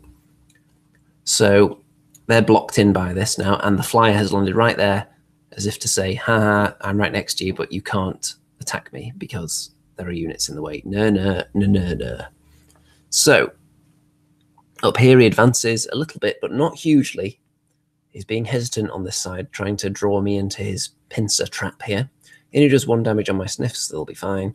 Doesn't do any damage on the bruiser, but they're doing their job of blocking them in. I mean, these are very nice conversions here on these Moor beasts. I couldn't even tell what they were because of this nice fur that's been sculpted on there. So very, very nice. And these birds are the Dead Zone murder birds. So my turn 2. The advance is on again, but again, keeping out of charge range of the lichens. I've thrown the rabble all the way forward to within his charge range, I think. So if he wants to come and attack them, feel free, because then I'm going to pile in with everything else. And then I'm going to continue to shoot the lichens. Got them up to 6 damage now. Not finished them off yet, though. And then double charge this unit here, of course, because I've got to get rid of them. And the fleabag sniffs that were fighting the chaff unit here, I decided to make a nimble charge into the eagles instead, and then use my shooting to take out that unit, because if I put 1 damage on the eagles in combat rather than shooting, then they won't be able to fly, and they'll be locked in this area, which means they can't go after trombones and the like, and they're just a lot less trouble then. And this unit was easily dispatched with the trombone and the lightning bolt. And this trombone took a shot at this big flying dude as well, and the mincer and the trombone are safe from him because there's not enough space for him to land. So there's that unit of doggies been killed. And unfortunately, the fleabag sniffs, I only needed to do 1 point of damage to the birds, but they just rolled really badly and didn't do any damage. And I only waver this unit, can you believe it? A bruiser and a troll horde into this tiny little troop of doggies can only waver them. Wow, wow, wow. Turn 3. So the one thing I did leave open for this bad boy was this trombone. So he's gone straight for it, of course. And the eagles, he had a choice. He could send the eagles into the trombone because they were still able to fly, or he could send this guy in, or he could send the eagles in there and this bad boy into these trolls. But he decided he probably wouldn't kill them in one go, and then the trolls on the countercharge are too much of a threat. So he's jumped over their heads. He's out of sight of the mincer, so he's even safe from that. And the bird's probably going to win this fight. He sends his lichens over here to meet the challenge that I'd laid down with my trolls. And I think I could win that fight on average. I think trolls possibly come out on top in that battle. He does take... It's pretty obvious bait, so it's not like he's walking into some ultimately cunning trap. But he does send both of these hordes into the rabble horde. And over here, he's still holding back with the lichens. But he's moved these doggies onto the hill, so they are now within charge range of some of my units, I think. He only wavers my sniffs, so that's okay. He kills the trombone, of course. 6 damage onto the trolls, I'm okay with that. I should regen a bit back and then hit them back nicely. He does kill off the horde of rebel, he needed a roll of 11 to do it, as you can see there, and that's what he rolled. So that's the price you pay if you're not inspiring your units. A really ridiculously good roll like that can just kill one of your units instantly. But I'm not overly concerned yet. So the way it's looking, I'm being delayed here, but there is an opportunity to, if these guys are going to start piling into combat soon, if he gets some confidence from killing that unit and flies in forwards, there's going to be opportunities for me. So let's see. My turn 3. Spaced out my shooting a bit, so it's a bit more spread out, and they shoot the Lycans back up to 6 wounds because they regenerated some of them, and also 1 wound onto these doggies. My trolls strike back with furious vengeance and put 10 damage onto the Lycans, but I can't even waver them with the nerve roll. So not a good roll there at all. Over here, the trolls and the bruiser finally kill off that annoying chaff unit that was sitting in front of them, and they turn around the best they can to avoid being mangled to death by everything. The trolls, the bruiser, and the giant. This is where they go in. They triple charge into this horde, and you can see that they've done 14 damage and waver it. So the giant is in position to be flank charged by the Lycans now, but I'm not too worried about that, and I'll explain why in a moment. So over here, you can see that I've positioned my war trombone. Suspecting I may not kill that unit in one go, I've got my trombone there to prevent these trolls being flank charged by the second horde.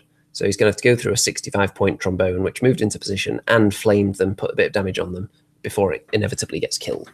So if he wants to charge his Lycans into my giant into the flank there, and if he doesn't kill it, then he leaves himself wide open to a flank or a rear charge from either the sniffs or the spitters. And whether I kill them or not, that puts me in a much better position to invade the other half of the table than where I am now, especially with the spitters. So depending who these guys charge, it would be that other unit that goes in. And if he doesn't kill the giant, it's by no means a guarantee. It's got very high nerve. Then he leaves himself wide open to not only the flank or rear charge, but also the giant's countercharge. Because with nerve 17, 19, you really need the 19, though, because on a 17 or 18, he's still countercharging you with his fury. Over here, you can see these two are still locked in this fight. 2 damage on the birds now. And the Lycans have gone back into these trolls. They've regened a couple of wounds there. And here we go. So this horde does go into the trombone as they have to. This one's wavered, so they can't do anything. The Lycans go into the flank of the giant. This guy's just parked himself in here, the little character, and the fast chaff unit have gone into the sniffs, but they're not going to do too much. So the birds, the eagles, do finally kill off the sniffs over on this side, so they can now get back into play. And these guys kill off the trolls. So yeah, that's not good at all. So they have a good roll and kill them. So the trombone's obviously dead. Over here, though, you can see that the giant survives. He only does 9 damage. Would need to roll 10 to kill it, and did not roll a 10. So that's bad news for these Lycans. They've come out of their hiding place. They were tempted in, and now they're going to get killed. So only 2 damage done to the sniffs as well. So hopefully this fight will go my way. So that's looking quite healthy now. So turn 4. My trolls turn to face these eagles. They were facing down this way, fighting something else. And the mincer's looking that way as well. Let me just see what the trolls were fighting, actually. There was somebody down there, wasn't there? Yeah, I can't remember what they were looking at now. I think the big flying beastie down there, I think, has departed. So they're not concerned by that anymore. Yeah, there we go. So the trolls are looking that way. They haven't attacked, though, because they can't charge. They weren't looking at them. The giant countercharged into the Lycans. The spitters went into the rear, so they were tripling their attacks. And combined, they took down the Lycans. And now the spitters can spin around as the grand plan dictated, and they're now staring into the perfect invade spot. And just to round things off, the sniffs kill off those doggies there as well. So that is looking very good on this side now, looking very healthy. Over here, these trolls charge into the other horde, and they've got 11 damage on it. Harambe's looking this way as well. Harambe killed the horde that was wavered on his own because they were already heavily damaged, so he was enough on his own to kill them, which allowed this one to go over here and make a start on killing them. There's that big beastie, and you can see he flew away because he's thinking he's going to be needed over here now because it's really crumbling for him. But I'm going to chase him with a trombone. If you start repositioning units, you lose out on turns of fighting, as you saw in that earlier game when I had my giant kind of running around a rock to threaten the enemy. He didn't fight, but you can maybe manipulate the enemy forces into following you or get into a better position to strike later. You have to weigh up these things. Turn 5. So the birds have gone over here as well. The birds do not fancy the idea of a slugfest with the trolls, so they have gone away. And here, the big flying beastie has gone into the flank of the trolls, the ones that are fighting this horde. So those trolls are probably going to die. And they do. But he's had to commit resources to do that. And he's pretty much abandoned his right flank, which is the flank I was anticipating him winning. So he's got most of his stuff right in the middle of the table now. He's got 3 hordes, so there's lots of unit strength there, and a big beastie. My turn 5. So the spitters, just the most valuable thing they can do now is be a scoring unit and get into the other player's half. The sniffs are getting in position to do that next turn as well. The troll horde are running off there because they're not going to be able to chase the fast units all the way across the table. The mincer is going to be able to get into the other half as well with another turn or 2, and the bruiser's easily in there. So they're just scoring now. They don't care about fighting anymore. And there in the middle, you can see the various bits of damage that have been done to these units with shooting attacks. Harambe is moving that way as well. Turn 6. So my opponent chooses to attack the flagget with the big guy, and this little hero here attacks the sniffs, and a trombone is the victim of the Lycan's assault. So the trombone's dead, of course. My turn 6, so I've got these guys certainly into the enemy half, so it looks like I'm going to win here because they're in the opponent's half. I think this unit is, I'm not 100% sure though. And these 2 units are alive, taking damage, but that is the end. So we do not get a turn 7, and with the scoring of the units in each other's halves of the table, I've got 1, 3 for them, so that's 4. Plus 3 for them, which is 7, plus 1 for another bruiser, which is around somewhere. So that's 8 for me.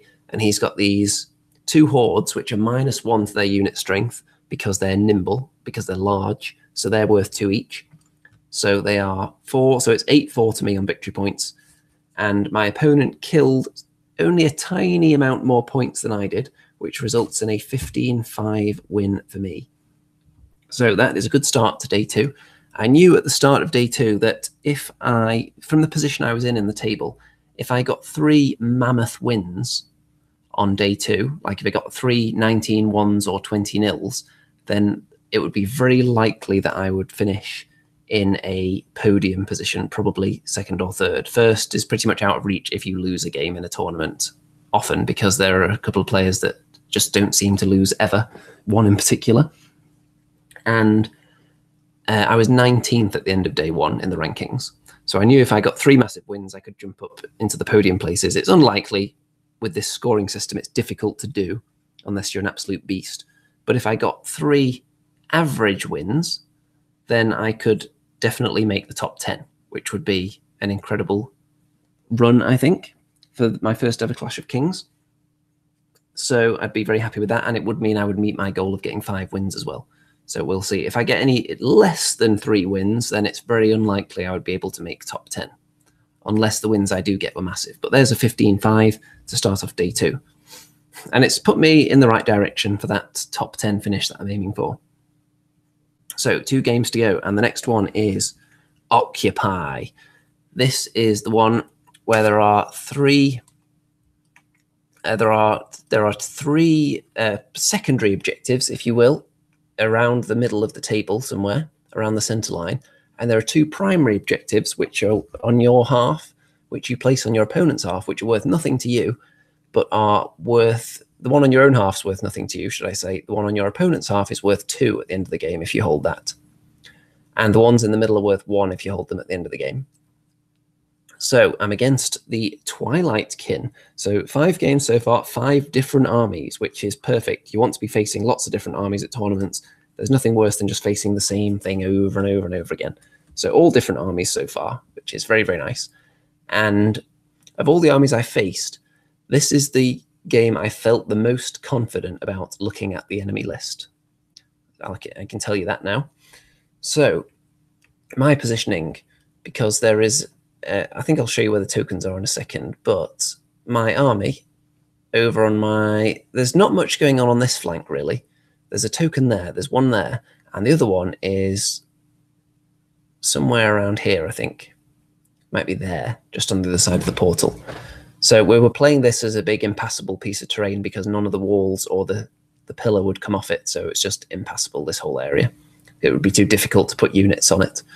So over on this flank, to counter enemy chariots, I've got the Mincer, I've got some Sniffs, the Giant looking out this way, and then I've got my Rabble, a big troll block there, and a Trombone. And over on this flank, next to my base objective, which is right under these trolls here, so I want to keep the enemy away from controlling that, I've got my trolls, and in the woods, I've got my Spitters and my Sniffs, who are staring down enemy units that are going to be shooting back at them, which is why the Flaggit is over here. There's a Trombone there as well, because there is an enemy flyer, a Bruiser, and another Trombone. So, on the enemy side, we have a Chariot Horde, and this Chariot Horde is nimble, I'm led to believe. Then there are some Harpies. There is a character behind there, hiding, an army standard bearer. There are more Harpies. There is a Flamer. I'm not sure the actual name for that thing, but it's a creature that just flames you to death.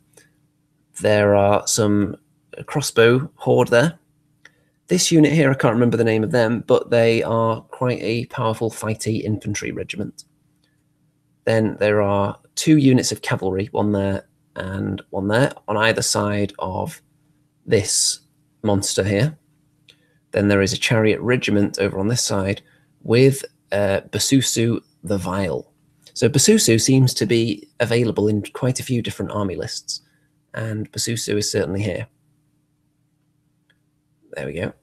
So turn 1, I get turn 1, and I just kind of start flying forward here because I think the enemy has a bit of a shooting edge over me because chariots can shoot and the crossbow horde is quite dangerous. So I'm going forward. Most of my powerful shooting is short range, so I'm getting right up there, but not to within charge range. Let's not go crazy now. So I've got the Mincer looking in the direction of the chariot regiment over there. Over here, I'm keeping my shooting in the woods in cover, and I'm staying behind this obstacle with my trolls to get some cover as well. So the shooting from over here puts 7 damage initially onto that chariot horde, which is a good start.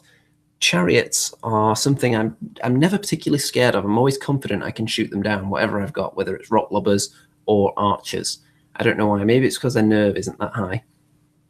But I'm quite confident there. And if they start moving in ready to actually fight, then I've got the speed, potential charge of 20 of my Sniffs. I just want to throw something in front of them. We've got some more people in the chat here. Brian, Wayne, Wraith13, hello there.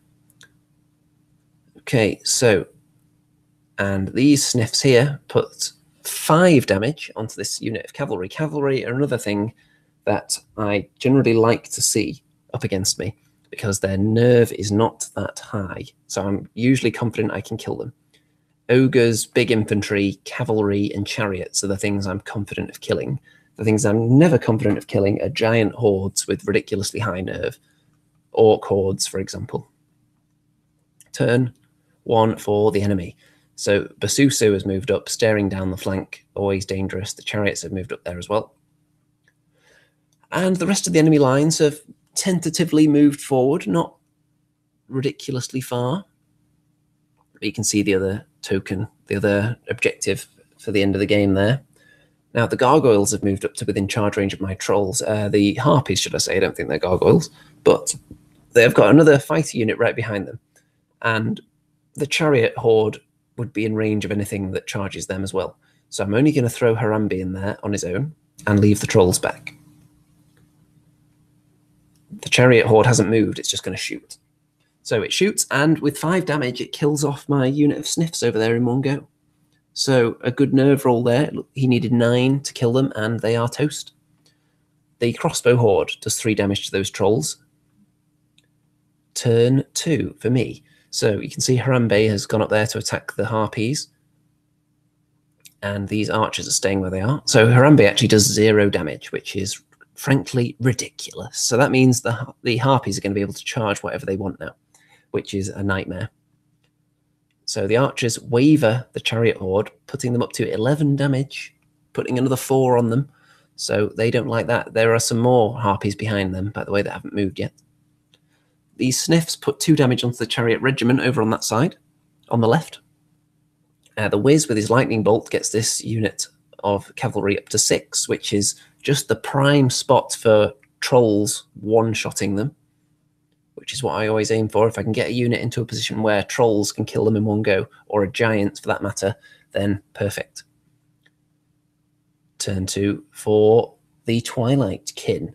So the harpies that were undamaged despite the attack by a crazy gorilla bruiser now pile into the spitters. They only want to do 1 damage to stop them shooting, really. And here, this unit, whose name I've forgotten, but they're quite powerful, they charge into the trolls. I really underestimated them. I just thought they would be fairly mediocre, but they're actually good. You'll see how much damage they do in a minute. These chariots, this regiment of chariots here, charge into the mincer in the front, and Basusu decides to go after the sniffs that are over on this side. So Basusu is quite powerful in combat. And here, because I've got the giant positioned here on the next to the rabble, this monster goes into the giant to prevent the giant going in here. The 2 cavalry units go into the rabble. They'll be hoping to kill it in one go, but it's not a guarantee by any means. And then the crossbow horde put 5 damage onto Harambe, who's left in the open since the harpies flew away. And they put 2 damage onto the spitters, so it's enough to stop them shooting. And do I really want to countercharge them? Ideally, I don't. I'd rather just shoot them with the shooting attacks I've got around here, but this trombone probably won't be able to get into a position to see them. So look at that, 10 damage onto those trolls. So it's lucky I've got the bruiser around for inspiring because they managed to hang on. They don't even become wavered, although even if they had become wavered, they could still countercharge because they're the ones with fury. So it would have required a roll of 7 to prevent them countercharging, which is not that easy to get twice when there's inspiring around. So 3 damage onto the mincer, so it's going to lose its thunderous charge when it countercharges. Basusu kills off the sniffs over on that side, so that's unfortunate. Only 3 damage to the giant, though. That's really just there to block the giant, though, essentially. And look at that. The rabble horde actually gets killed in one go. Look at all that damage. So it wasn't that unlikely when it gets charged by 2 big, hard-hitting cavalry units, but I've seen them survive that kind of thing before. And that does open up the possibility of me charging them with what I've got hiding behind here now, including the giant, actually. The giant is able to charge. I think he can see both these units, but he would be in the flank of that one, and he can't touch it, so he will have to charge this unit that's already damaged. So there's how it looks.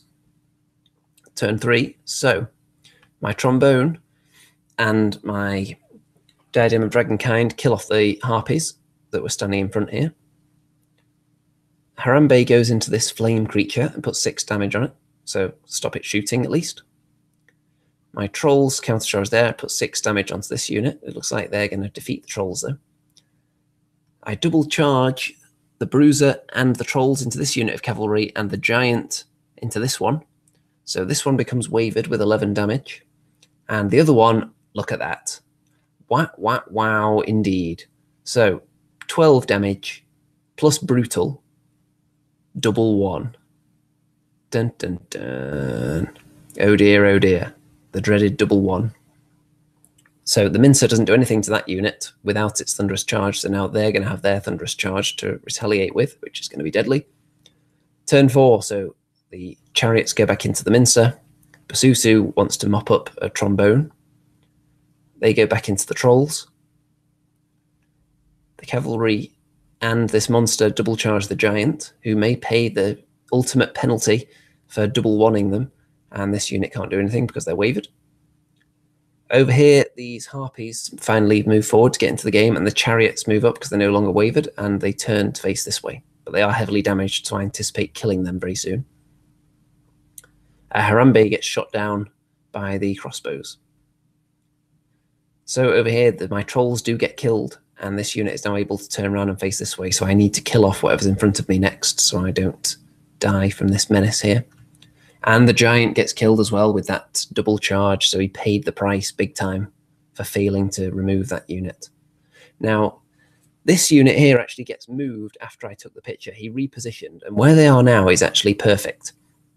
Because the way they're positioned here, these trolls who can see them cannot currently charge them because there's not enough space for them to fit. But what he does after this, he actually turns them so they're facing kind of directly this way, which means that the trolls can then turn on the spot and charge this unit.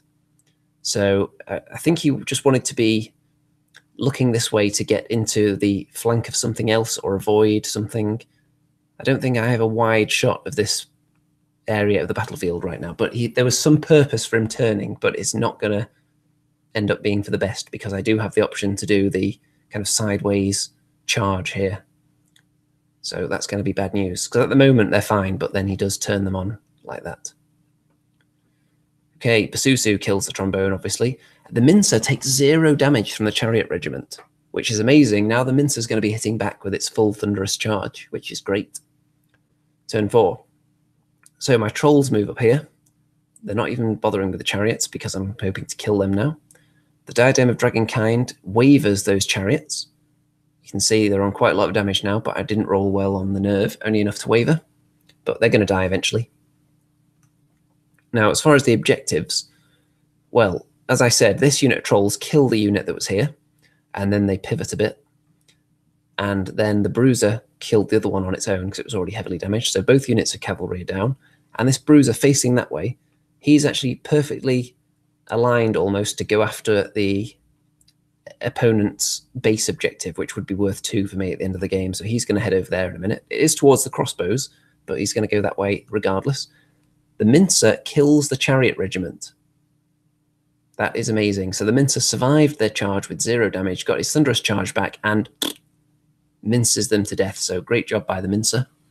And he's actually on an objective now, so he's scoring. So that means Basusu is going to have to go and deal with him rather than mopping up other things that it wants to kill. So that's an inconvenience for the Twilight kin there. You can see that chariot horde is wavered, so don't worry about them. So there's not that much left on the Twilight side now that can do anything. There's just the crossbows, this flamer. There is a character over there, standard bearer, and this monster here, and that's it, other than Basusu, who can't score. So, turn 5. The chariots just turn. The flamer goes that way. And this beastie charges into the trolls that I've got sitting around this objective in the middle. And Basusu has to go after the Mincer, of course. So the Bruiser takes some shooting damage. The Mincer becomes wavered, but it's already done way more than it's worth in this game. So it's just a bonus the longer it hangs on and forces Basusu to fight it again. Trolls only take 2 damage, so they're fine. And my turn 5. So the Spitters finish off the chariot horde finally. It was on a zillion damage, as you can see. The Diadem of Dragonkind wavers the standard bearer, which is nice.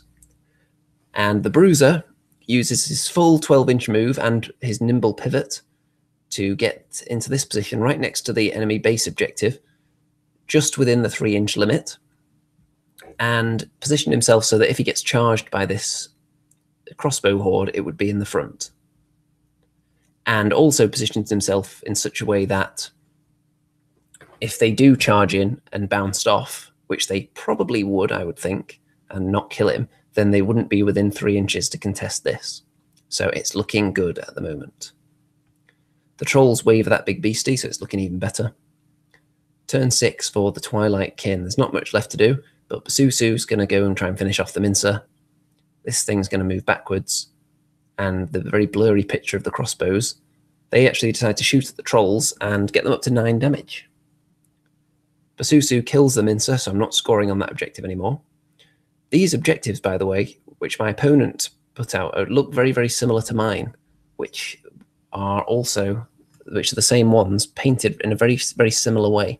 They're from Ristall's, which I believe are now, the range of Ristall's Extraordinary Market is owned by Bad Squiddo Games now, I think. So I think a lot of the stuff is still available.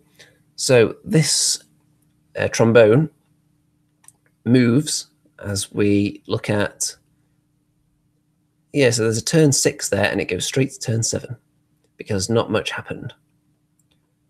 So I charged my trolls into these crossbows because the only way he could avoid a loss at this stage is if these crossbowmen killed the bruiser that was on his base objective. So my trolls that were sitting on an objective in the middle charge into these guys, which means they're not going to be able to attack the bruiser. Nothing is going to be able to shift the bruiser from the base objective, so I'm getting 2 points for it. So I'm giving up a point just to protect the bruiser and to try and get some kill points on this unit here.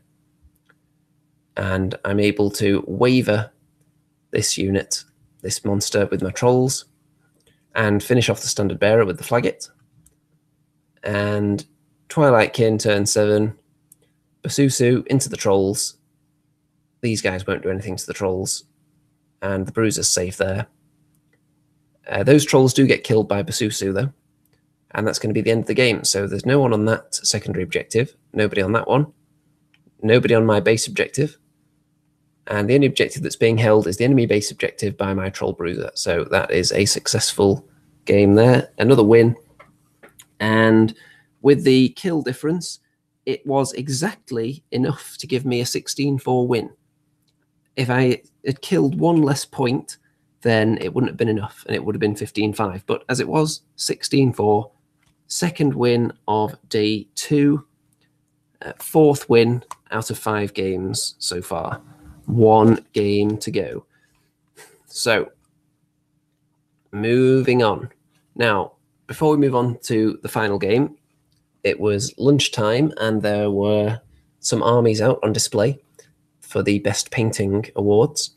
And I took some pictures of this one because obviously it was very, very nice. If you can't see in these pictures, then I'll put up some images in my Facebook group as well, along with all the others. This is just a ridiculously good army, made from Mantic models, heavily converted with bits sculpted on them. It's an Abyssal Dwarf army, and it is ridiculously good.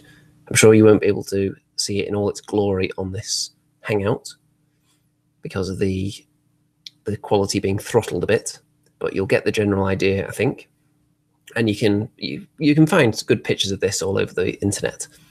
And you can see pictures in my Facebook group later as well. I'll put them in there. This army is actually what I was facing in the final round, and this army won the Best Painted Award. So the second and first placed Best Painted armies, I actually played both of them in this tournament, which was very nice. It's always good to play against armies that look amazing and then kill them horribly and watch your opponent take their models off the table that they've put a painstaking number of hours into, just endless, untold thousands of brush strokes on a model, and then you just kill it with a volley of arrows and they have to remove it. Always very satisfying. So the final scenario is going to be Control, and it's kind of a relaxed atmosphere against Abyssal Dwarves, so the 6th different army, which is very nice. Lots of different armies. It's slightly relaxed because we know we're kind of fighting for a top 10 place. Whoever wins is pretty much guaranteed to finish in the top 10. Whoever loses is pretty much guaranteed to finish outside the top 10. So it's not really a big prize we're fighting for, so we can be a little bit laid back.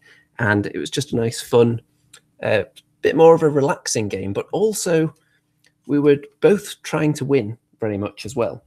But there wasn't that pressure of thinking there's a big prize on offer at the end. It was just kind of for like a runner-up kind of prize, getting in the top 10. It's something to be proud of. So we were both fighting for that here. And it's the Control scenario, where the table is divided into 6 squares, and if you have more unit strength in them at the end, each one that you control, you get a victory point for, and if you control the central one on your opponent's side, you get 2 victory points for that one. So against these Abyssal Dwarves, they didn't have much shooting. There are 2 artillery pieces, but they don't have very high piercing, so I'm not too worried about them taking out my trolls and my giant. So I do have a bit of a shooting edge, but my opponent has very high defense which you'll see why in a moment. I think I've got a copy of his list here, actually. Let me see. Yes, I do. So I'll be able to give you some more juicy info on that in a second. So on my left flank, we've got the Spitters. There's not really much for them to shoot in this army, to be honest. There's not a lot they would fancy their chances against. So I've just put them in a spot where they can see a few things. And they're also holding a corner of the table, which is an important thing to consider. They're a horde, and all his stuff is really slow. So if he wants to commit anything to chasing them down, he may not even bother, because this section of the table may just end up being mine regardless, because he'll have to send a fair amount of stuff in there to kill them, and it's probably not worth it because his army is very slow. So they're just staying in there to control that area. And then the big fighting force in the middle, we've got the Bruiser, we've got some Trolls, we've got some Sniffs behind them. We've got the Rabble, who are going to sacrifice themselves as usual, with the Trombone and the Mincer behind them, and then we've got more Trolls. Over on this side, we've got Trolls, another Bruiser, Giant, 2 Trombones. We've got the Whiz, we've got more Sniffs, and the Flaggit. So, on my opponent's army, we have Basusu. This is Basusu again, facing Basusu twice in a row. There's Basusu there, very nice converted model. There are some Gargoyles there. So flying on this side, which explains my heavy flyer defense theme on this side with the Sniffs, Lightning Bolt, 2 Trombones, and the Diadem. Then there is, now I've actually got the actual names for these things here as well. So there's a Greater Obsidian Golem, but that's on the other side. This one is, I think this is the even more powerful one, which is Infernock. I think that's this one, or it may be the other one. I'll let you know when I get to that and decide which one's more impressive looking. And these things here are Lesser Obsidian Golems. There are 2 Katsuchin rocket launchers at the back there, which are very nice. In fact, I don't even need to say they're very nice. I mean, just look at this stuff. It's ridiculous, frankly. Then there are some Immortal Guard here, which is a regiment with... Or is that one the Immortal Guard? Or is that one the Immortal Guard? Yes, that's the Immortal Guard here, the regiment. So they have the... They've exchanged their shields for two-handed weapons. So they've got Crushing Strength 1. And they gain Blessing of the Gods. They've got Blessing of the Gods as an upgrade as well. A troop of Slave Orcs. There is a hero behind them as well, who is... That is Dravak Dalkan, who has Fireball 10. And when this character does damage to enemy units with his Fireball, it heals the Infernock, I think, which is one of the big golems, which I think is that one. So he gets healed every time the hero, or that might be... Yeah, that might be the character hiding down there, actually. I think that's Dravak Dalkan. I think there's a different hero. Is that even a hero? Is that just an orc standing on a rock and I thought it was a hero standing behind them? I think it is, you know. So yeah, there's no hero over here. Forget that. He's over the other side. There's some more slave orcs. There's a horde of black souls with the Brew of Strength. So there's lots and lots of potent units here. At the back there, that's the Abyssal... Oh no, that's not the... That's the half-breeds there. Yeah, that's cavalry, that unit there, the one I described as Immortal Guard. The Immortal Guard are over in this corner. That's the cavalry. That is the Abyssal half-breeds. And here is the Greater Obsidian Golem. And there are 2 Dragonfire teams there. There we go. So it looks like quite a potent list to me. Lots of defense and lots of hitting power. Not much shooting, but I would like to close the distance on this army. And I'll explain why. Because it's slow, towards the end of the game, it's going to be difficult for them to rush out and claim different areas. It's only got one kind of fast unit that can even hold an area, and I'm hoping to kill that. So everything else is really, really slow for the most part. So if I can engage them further up the table, it's going to prevent them diving into good scoring areas later. That's my thinking. So we actually rotated a couple of pieces of terrain a tiny bit to mark the exact intersection of the different board sections. So the corner of this hill here represented one, and the corner of this fence represented another. So turn 1. Now I'm going first. I think my opponent won the roll-off and elected to let me go first because he wants the last opportunity to dash into different areas to score, which is wise for this scenario. So I move my shooty stuff into the woods, and I'm going to shoot at probably Basusu immediately. And over here I'm advancing quite a bit as well. Not so much with the shooty units at the back there. So lightning bolt and arrows combine to put 1 damage onto Basusu. Turn 1 for the Abyssal Dwarves. Quite a bit of an advance, but not so much with Basusu. He doesn't want to throw him away. He's quite concerned because I've got a lot of breath attacks and stuff down there, so he's concerned about that, rightly so. And a big advance on this side. This is just a big wall of terrifying meat. And the 2 rocket launchers, they put 4 damage onto the trolls. Turn 2 for me. So I've kept... He moved Basusu up a little bit to threaten these units, but not quite enough to drive them out of the woods. So I'm able to dip my toe in the woods and still see through it now, and still shoot. The giant is... I think the giant is the only thing that's in range of Basusu to charge. I think the trombone was as well, but the trombone is out of sight because I've lined it up. We got the old laser out to make sure the trombone couldn't be seen by Basusu. But it may have been nudged at some point after that, because I did take a kind of a low down picture, and it looks like it's not been achieved, but it had. You'll see in a minute. So the rabble have gone up on their own, ready to be charged by whoever wants a piece, and then furious countercharge will be coming, the usual. So with the shooting here, get Basusu up to 3. The trombone kills the unit of gargoyles instantly, and that was his only fast unit that can claim a zone, and they are dead instantly. So, wow. The spitters do 3 damage to the Immortal Guard. And there you can see kind of this angle here that Basusu has. We got the laser out and determined it wasn't enough to see past the giant to either of the trombones, the way I'd lined them up. You can see a bit of an angle there on it. You can see Basusu there. And from this angle, it looks like Basusu can kind of see the corner, but we did get the laser out to confirm before I'd finished moving them. So there is a charge onto the Rabble Horde, and it is with the half-breeds, so the big nasty cavalry unit.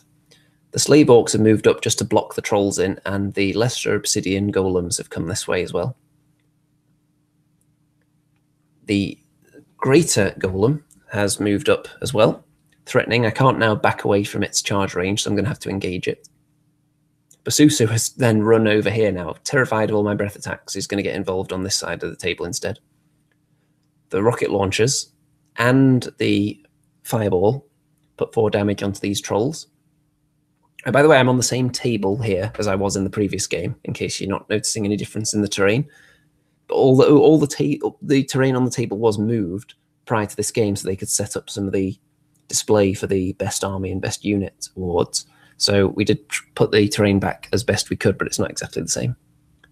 This unit takes some damage from, I think, a flamey attack. 11 points of damage done to the Rebel Horde, but not enough to get rid of them. I don't think he really wanted to kill them yet, because that would open up lots of charges. So as you can see, this is where it's like a big line here. All the fighting, pretty much you would imagine, is going to take place there. And then this band here is going to fight round here. So my plan at this stage, as I said, is just advance everything, not bother about protecting my own zones, apart from the spitters staying back there. If I just advance up, I'd get the fighting done here. If it's not going well, then start ducking away with my faster units into areas where I can then just stay and score.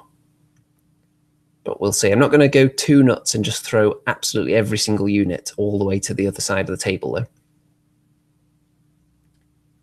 Turn 3. So I'm staying out of charge range of this beastie, but within my charge range for the giant. And I think the trolls as well. I think that thing is speed 5, so I've got the advantage there. And if it keeps backing away, it'll still be in the giant's charge range at least.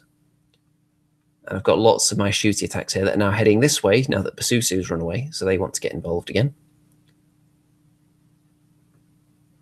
Over here, the Rebel Horde waver the half-breeds, despite only doing 5 damage, so that's a good roll there. And the Mincer here, let's see if I can go back and show you exactly what happened. Okay, there we go. So the Mincer actually has enough space on this Slave Orc base, because he positioned them in that exact spot. There's actually just enough so the Mincer can attack that unit without it being purely corner to corner. So that's very nice. So the Mincer was able to get a flank charge in there and kill them. So I don't need to throw the trolls in, which means that the golems can't get the first strike in on the trolls, which is important. As you saw in the game earlier with the Lycans that were able to get the first hit in on the trolls, it gave them the edge. So the Mincer's there now and prepared to take a front charge from them, possibly. And the Bruiser went into this big golem here, just to stop it charging any of my other units. To stop lots of multi-charges, essentially. 2 damage. War Trombone kills the unit that was there, which was... Let me just go back. It was some more Slave Orcs. So the Slave Orcs were tromboned to death. And oh, you can see my opponent doing some measuring here. Gadified says, hi guys, appreciate the tourney review. Yep, there's lots more of these tournament reviews if you've not watched them before. You can get some deep, deep probing tactical analysis and genius insight from someone that has yet to win a Kings of War tournament. As valuable as that may be to anyone out there. And you can see he's lining up. Because all these units are so slow now, he's not able to get all the charges he would like to be getting now. And he doesn't have space to be multi-charging much on the Bruiser either. Whether he wants to is another matter, because then they're in prime charge range of the trolls. So turn 3. Basusu, back in the game, goes for Harambe the Bruiser. Which is risky because it's landing right in amongst all my dangerous shooting attacks, but it's safe from the trolls and the giant. So the lesser obsidian golems decide they are going to try and take out the Mincer. If they fail, they will be flanked by the trolls, most likely, but they are confident they can chew through its defense 6 and take it out. There is a double charge here on the Rebel Horde, which is from, actually no, because these are the centaurs who were wavered, so they don't charge, they can't. But this horde of, is it the Black Souls that are the horde? Where did I put that list? Here we go, the Black Souls, yes, that's the horde. So they're Black Souls, they go in there, into the Rebel Horde. They should be able to finish them off. Harambe gets wavered by Basusu, which is, it was a good, decent roll to do it. It required an 8, so it was not out of the realms of possibility. But what I was hoping for was that Harambe did not become wavered, and then I had a triple charge lined up on the big golem behind, because I want to kill it in one go to prevent it being healed by the character's fireball. So if you're just doing a few damage each turn, it's just going to come back. So I want to take it out in one go, and I could have done a triple charge by nimble charging around Basusu with the Bruiser. So I'm only going to have a double charge now. And Harambe the Bruiser is just going to have to sit there while Basusu eats breath attacks. This side of the fence actually should be here, but we've moved it because my units wouldn't really rest on top of it. So it should actually be here. So these guys are in difficult terrain. Keep that in mind. So the Horde is killed and the Black Souls overrun. The Mincer does not die, though. That was the damage on the Horde. The Bruiser takes a few damage points back from this big golem. The Mincer survives that fight, and we determined with the aid of the laser that the trolls would be in the flank here. And turn 3 for me. So Harambe doesn't do anything. I've got my trombones lined up ready to scorch Basusu.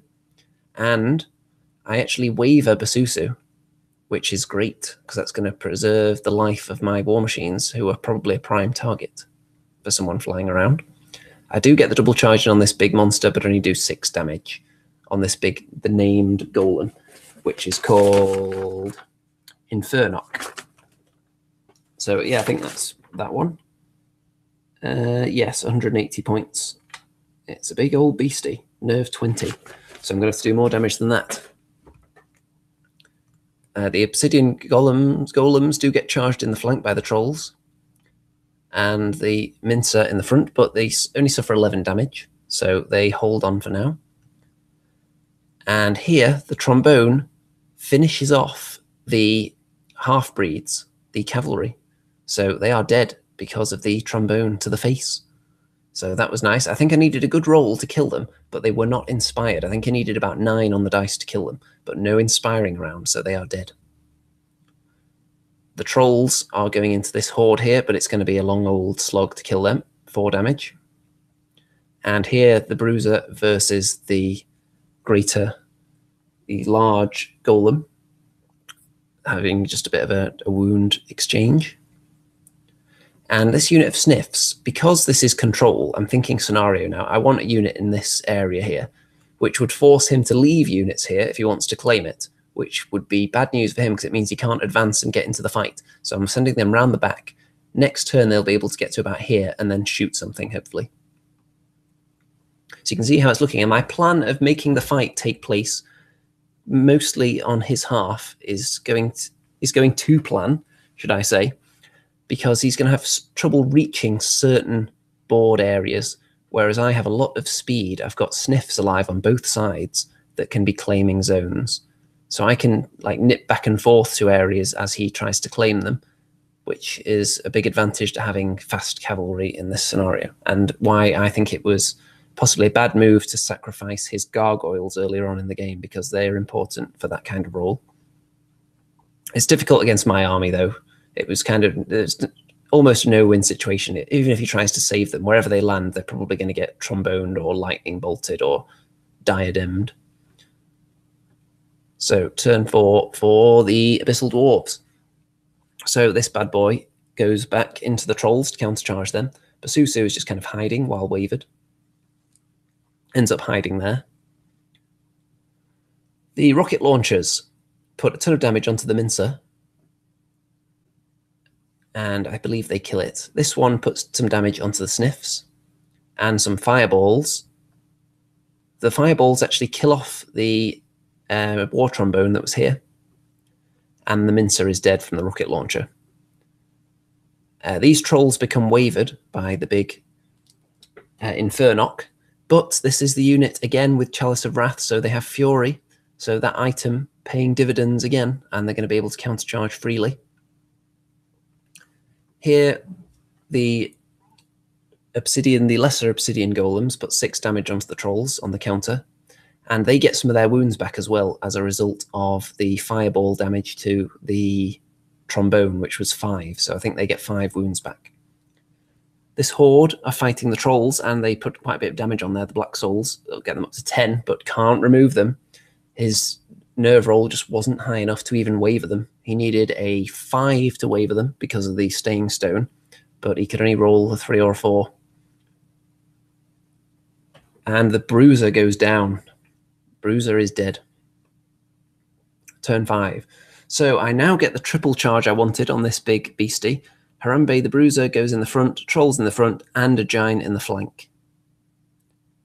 Expecting a zillion wounds there, but it doesn't go that way. Look, only 11. And here, these trolls... Wait a minute. Yeah, so those are the trolls that survived just. They countercharge in here, get this unit up to 8 damage, so just chipping away slowly, and when you've got trombones around, you just want the units slowly chipped away so you can finish them off later. This unit of trolls finishes off the lesser obsidian golems. They're on 6 damage though, so they're in a prime spot right in the middle of the table to kind of control either my central area or the enemy central area. Depends on the rocket launcher shooting though. And I get some shooting in on this guy, put him up to 3 damage with the sniffs that are sneaking around the back now. And my other shooting with my spitters that haven't really moved, I get this guy, the big greater obsidian golem, up to 7, the one that just killed the Bruiser. So there's how it looks. And it's still looking healthy for me because he's got lots of his units bunched into a small area. And they're kind of penned in, and some of them are heavily damaged. And I'm very much winning this side. Turn 5 for the Abyssal Dwarves. So there's a double charge here, the Greater Obsidian Golem and the Black Souls into the Trolls. They're going to die. The Flame team, the Dragonfire, and Dravok, or whatever his name is. Let's see if I got that right. Dravak, nearly. They are going to be flaming away on the Trolls. Those Trolls are dead. These Trolls take quite a bit of damage from the Infernok, who decided to countercharge into them because he had most chance of killing them because they were already on quite a few wounds. Turn 6. Now look at this. Dun dun dun. I get Infernok up to, let's see, I said he was nerve 20, didn't I? I had him on 22 wounds after this combat with the giant in the flank and the trolls in the front, and then rolled a double 1. I think it was at the second attempt that the double 1 came up. I think I got him the first time, but then he was inspired, I believe, and then the double 1, the dreaded double 1, and what a time to get it, because that's an important scoring unit, and it's probably going to end up costing me these trolls as well. So the way I've set up, I've got my units positioned the way that I consider to be perfect. Let's just go back to the last wide shot here. So the dividing line is about here. So my trolls were going to be able to stay in here and control this area. The giant could go forward, or the trolls could go forward, one or the other, to take this area. The Fleabag Sniffs can dart back onto this half of the table and control this table section. But now, because that thing's alive, it could kill the trolls. It could potentially hold an area now. It could maybe overrun down here, and I'm going to have to really spread myself thinly to control this area now. So that could be a game change of that double 1 there. Double 1 often is, and that is a really big one. So Harambe has gone up this way towards the rocket launchers, and one of them gets killed by my shooting attacks. The other one takes 1 damage. I think the one that took 1 damage took it from the sniffs that are down here past this rather hairy arm. And my trombone is going to get killed by this horde, but it was just planted there just to slow them down. They are a unit I need to get rid of as well because they're high unit strength, so I need to be getting rid of hordes. These trolls become wavered, but they have Dwarven Ale as a result of that flame. They're on 11 damage, so he must have rolled quite low to only waver them. And look at that, the trolls get killed by Infernok as predicted. So I lose 3 unit strength, and he now has a scoring unit that's alive for another turn as a result of that double 1. And turn 6. So let's see, where are we? So we were in quite a rush at this stage, so I'm not sure if the pictures make a lot of sense. I've probably got a lot of pictures of the same thing, just from different angles. So you can see pretty much what's going on here, because the dividing line is about here. I've got this unit of sniffs controlling the enemy central area along with Harambe. So that will be mine if the game ends at the end of turn 6. The giant is controlling this area here. Infernok is controlling this area. These trolls are in my area, possibly. I'm not sure. I can't remember which one I left them in. But this guy and this horde are heading for my central area to control that. And this unit, because I've got sniffs back here and spitters down here, he really just wants to deprive me of points. So he needs to get into this area here to stop me getting 2 and kill either Harambe or the sniffs to clear them out to have any chance of accomplishing anything. And the game's possibly over. And you can see how it looks there. So we do get a turn 7 though, as you can see. If it just ended there, I would have won, let's see, 1, 2, 3, 4, 5. 5 points to me and possibly 1 to him. But we do get a turn 7, so he's got a chance. So I just have to position as best I can because I don't have much time left here. So all I really want to do is shoot down that horde because that's his best chance of getting anything out of the game. I'm down to the last few seconds though, because as I said, we were playing it in quite a relaxed way because there wasn't that much pressure, just battling out for a top 10 place. So the trombone and the sniffs do manage to kill the horde of Black Souls and put a bit of damage onto the Immortal Guard. So his horde is gone. That's a big scoring unit gone. So his final turn repositioning is going to be difficult now. His turn 7. He manages to waver only these sniffs with shooting. And I think if he'd killed them, we could have been looking at a draw, possibly. He got them up to 8 damage, so he needed 6 twice to kill them because I've got the flag it right there, thankfully. So they were able to just cling on to their lives. That double 1 on the Infernoc almost cost me a win here. But as you can see, I did get the win in the end. So those units hung on, and I was holding that quarter, holding this one, that one. I was holding all 3 on the opponent's side, which is 4 in total, and 1 on my own side, which is 5. And my opponent was holding, let's see, this one, which is my central area, which is worth 2, and this bottom corner, which is worth 1. So it was 5-3 to me in the end. If he killed the spitters up here, the sniffs, rather, if he killed them, this area would have not belonged to me, I think. I think it would have been, because I think he had something in there. So I would not have won if they had died. So that double 1 nearly cost me the game. But thankfully it did not, and that is the final picture of the tournament. And when we calculated the kill points, I got enough additional kills to warrant a 16-4 win.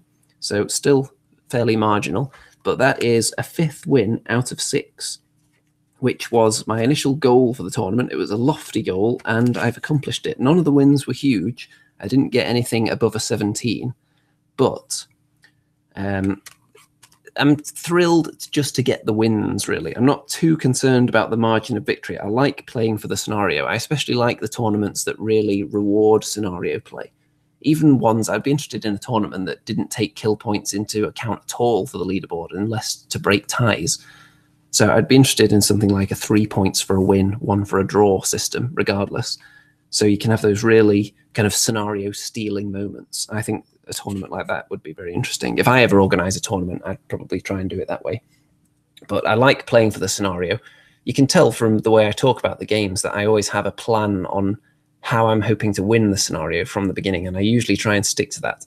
Whereas I'm sure a lot of people who get bigger wins than I do have a plan specifically to kill everything on the enemy side, which guarantees a win, and it also gets you a lot more points.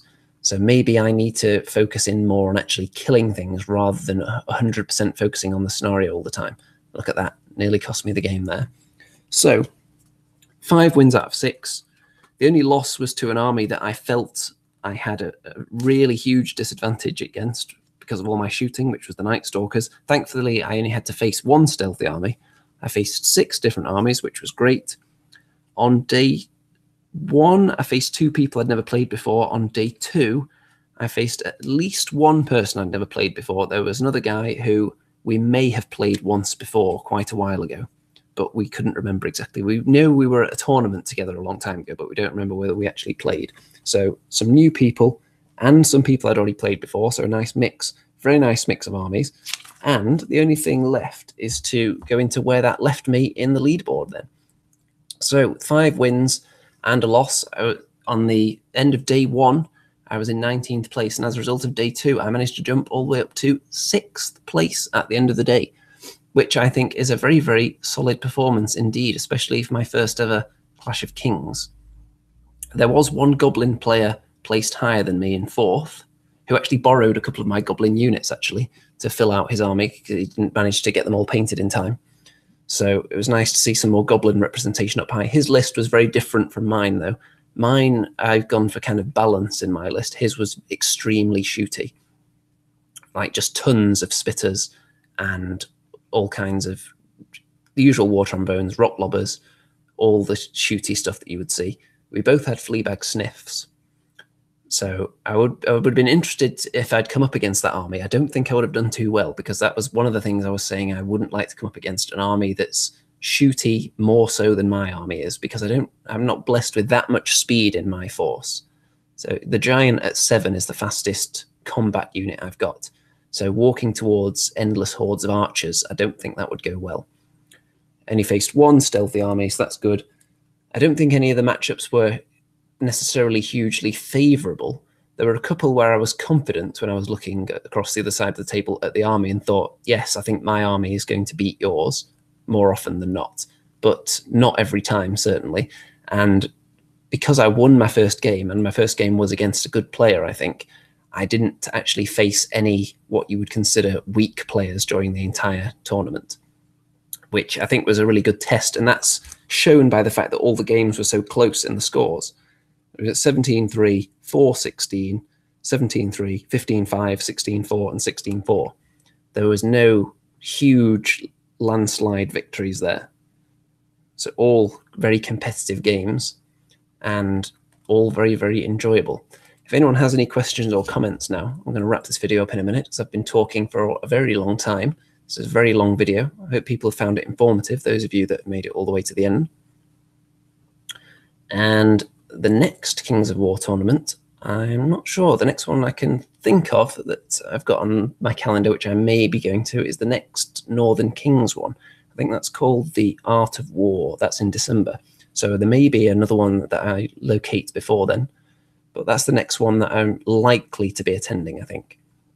And this is going to be the possibly the last tournament for a long time for the Goblins, unless I decide to go to the Masters, because finishing in 6th place at Clash of Kings, I was already 5th in the rankings prior to this tournament, so that's definitely kept me in the Masters places. I may have jumped up to 3rd or 4th in the UK rankings after this. So, yeah, I'll definitely be qualified for the Masters. It's just whether I decide to actually go or not, because it's a 2-day event and it's all the way down in Nottingham. So we shall see about that one.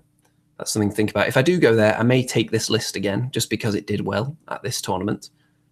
The army I'm going for next, though, is Rordia, because I've nearly got my army ready now. I'm just staring at 3 hordes of spearmen right now, which are nearly finished, and an Iron Beast.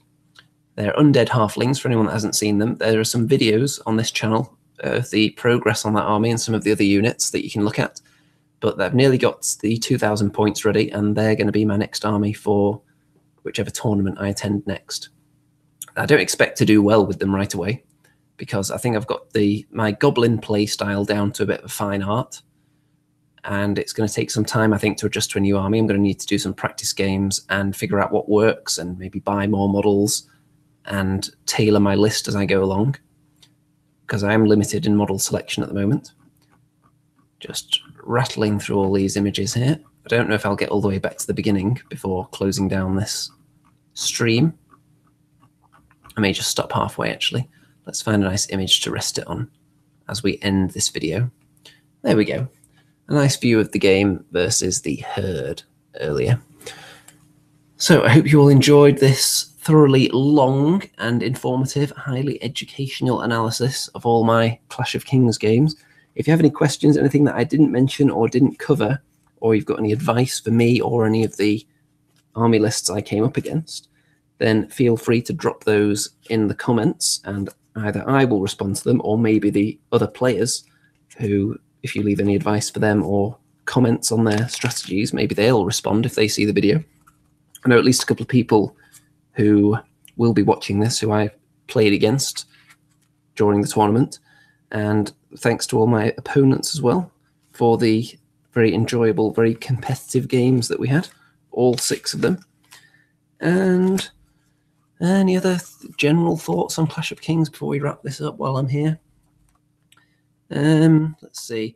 There were a couple of people who a few people I'd never met before who said they were fans of the channel, so that's nice.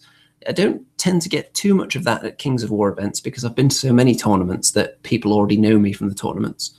So it's generally, I don't run into a lot of people that have only seen the videos but never met me.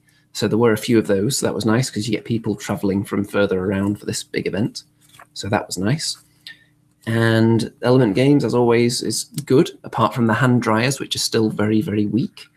Although I'm sure about 75% of wargamers probably don't wash their hands anyway, so wouldn't notice the weakness of the hand dryer. So maybe they'll never get fixed.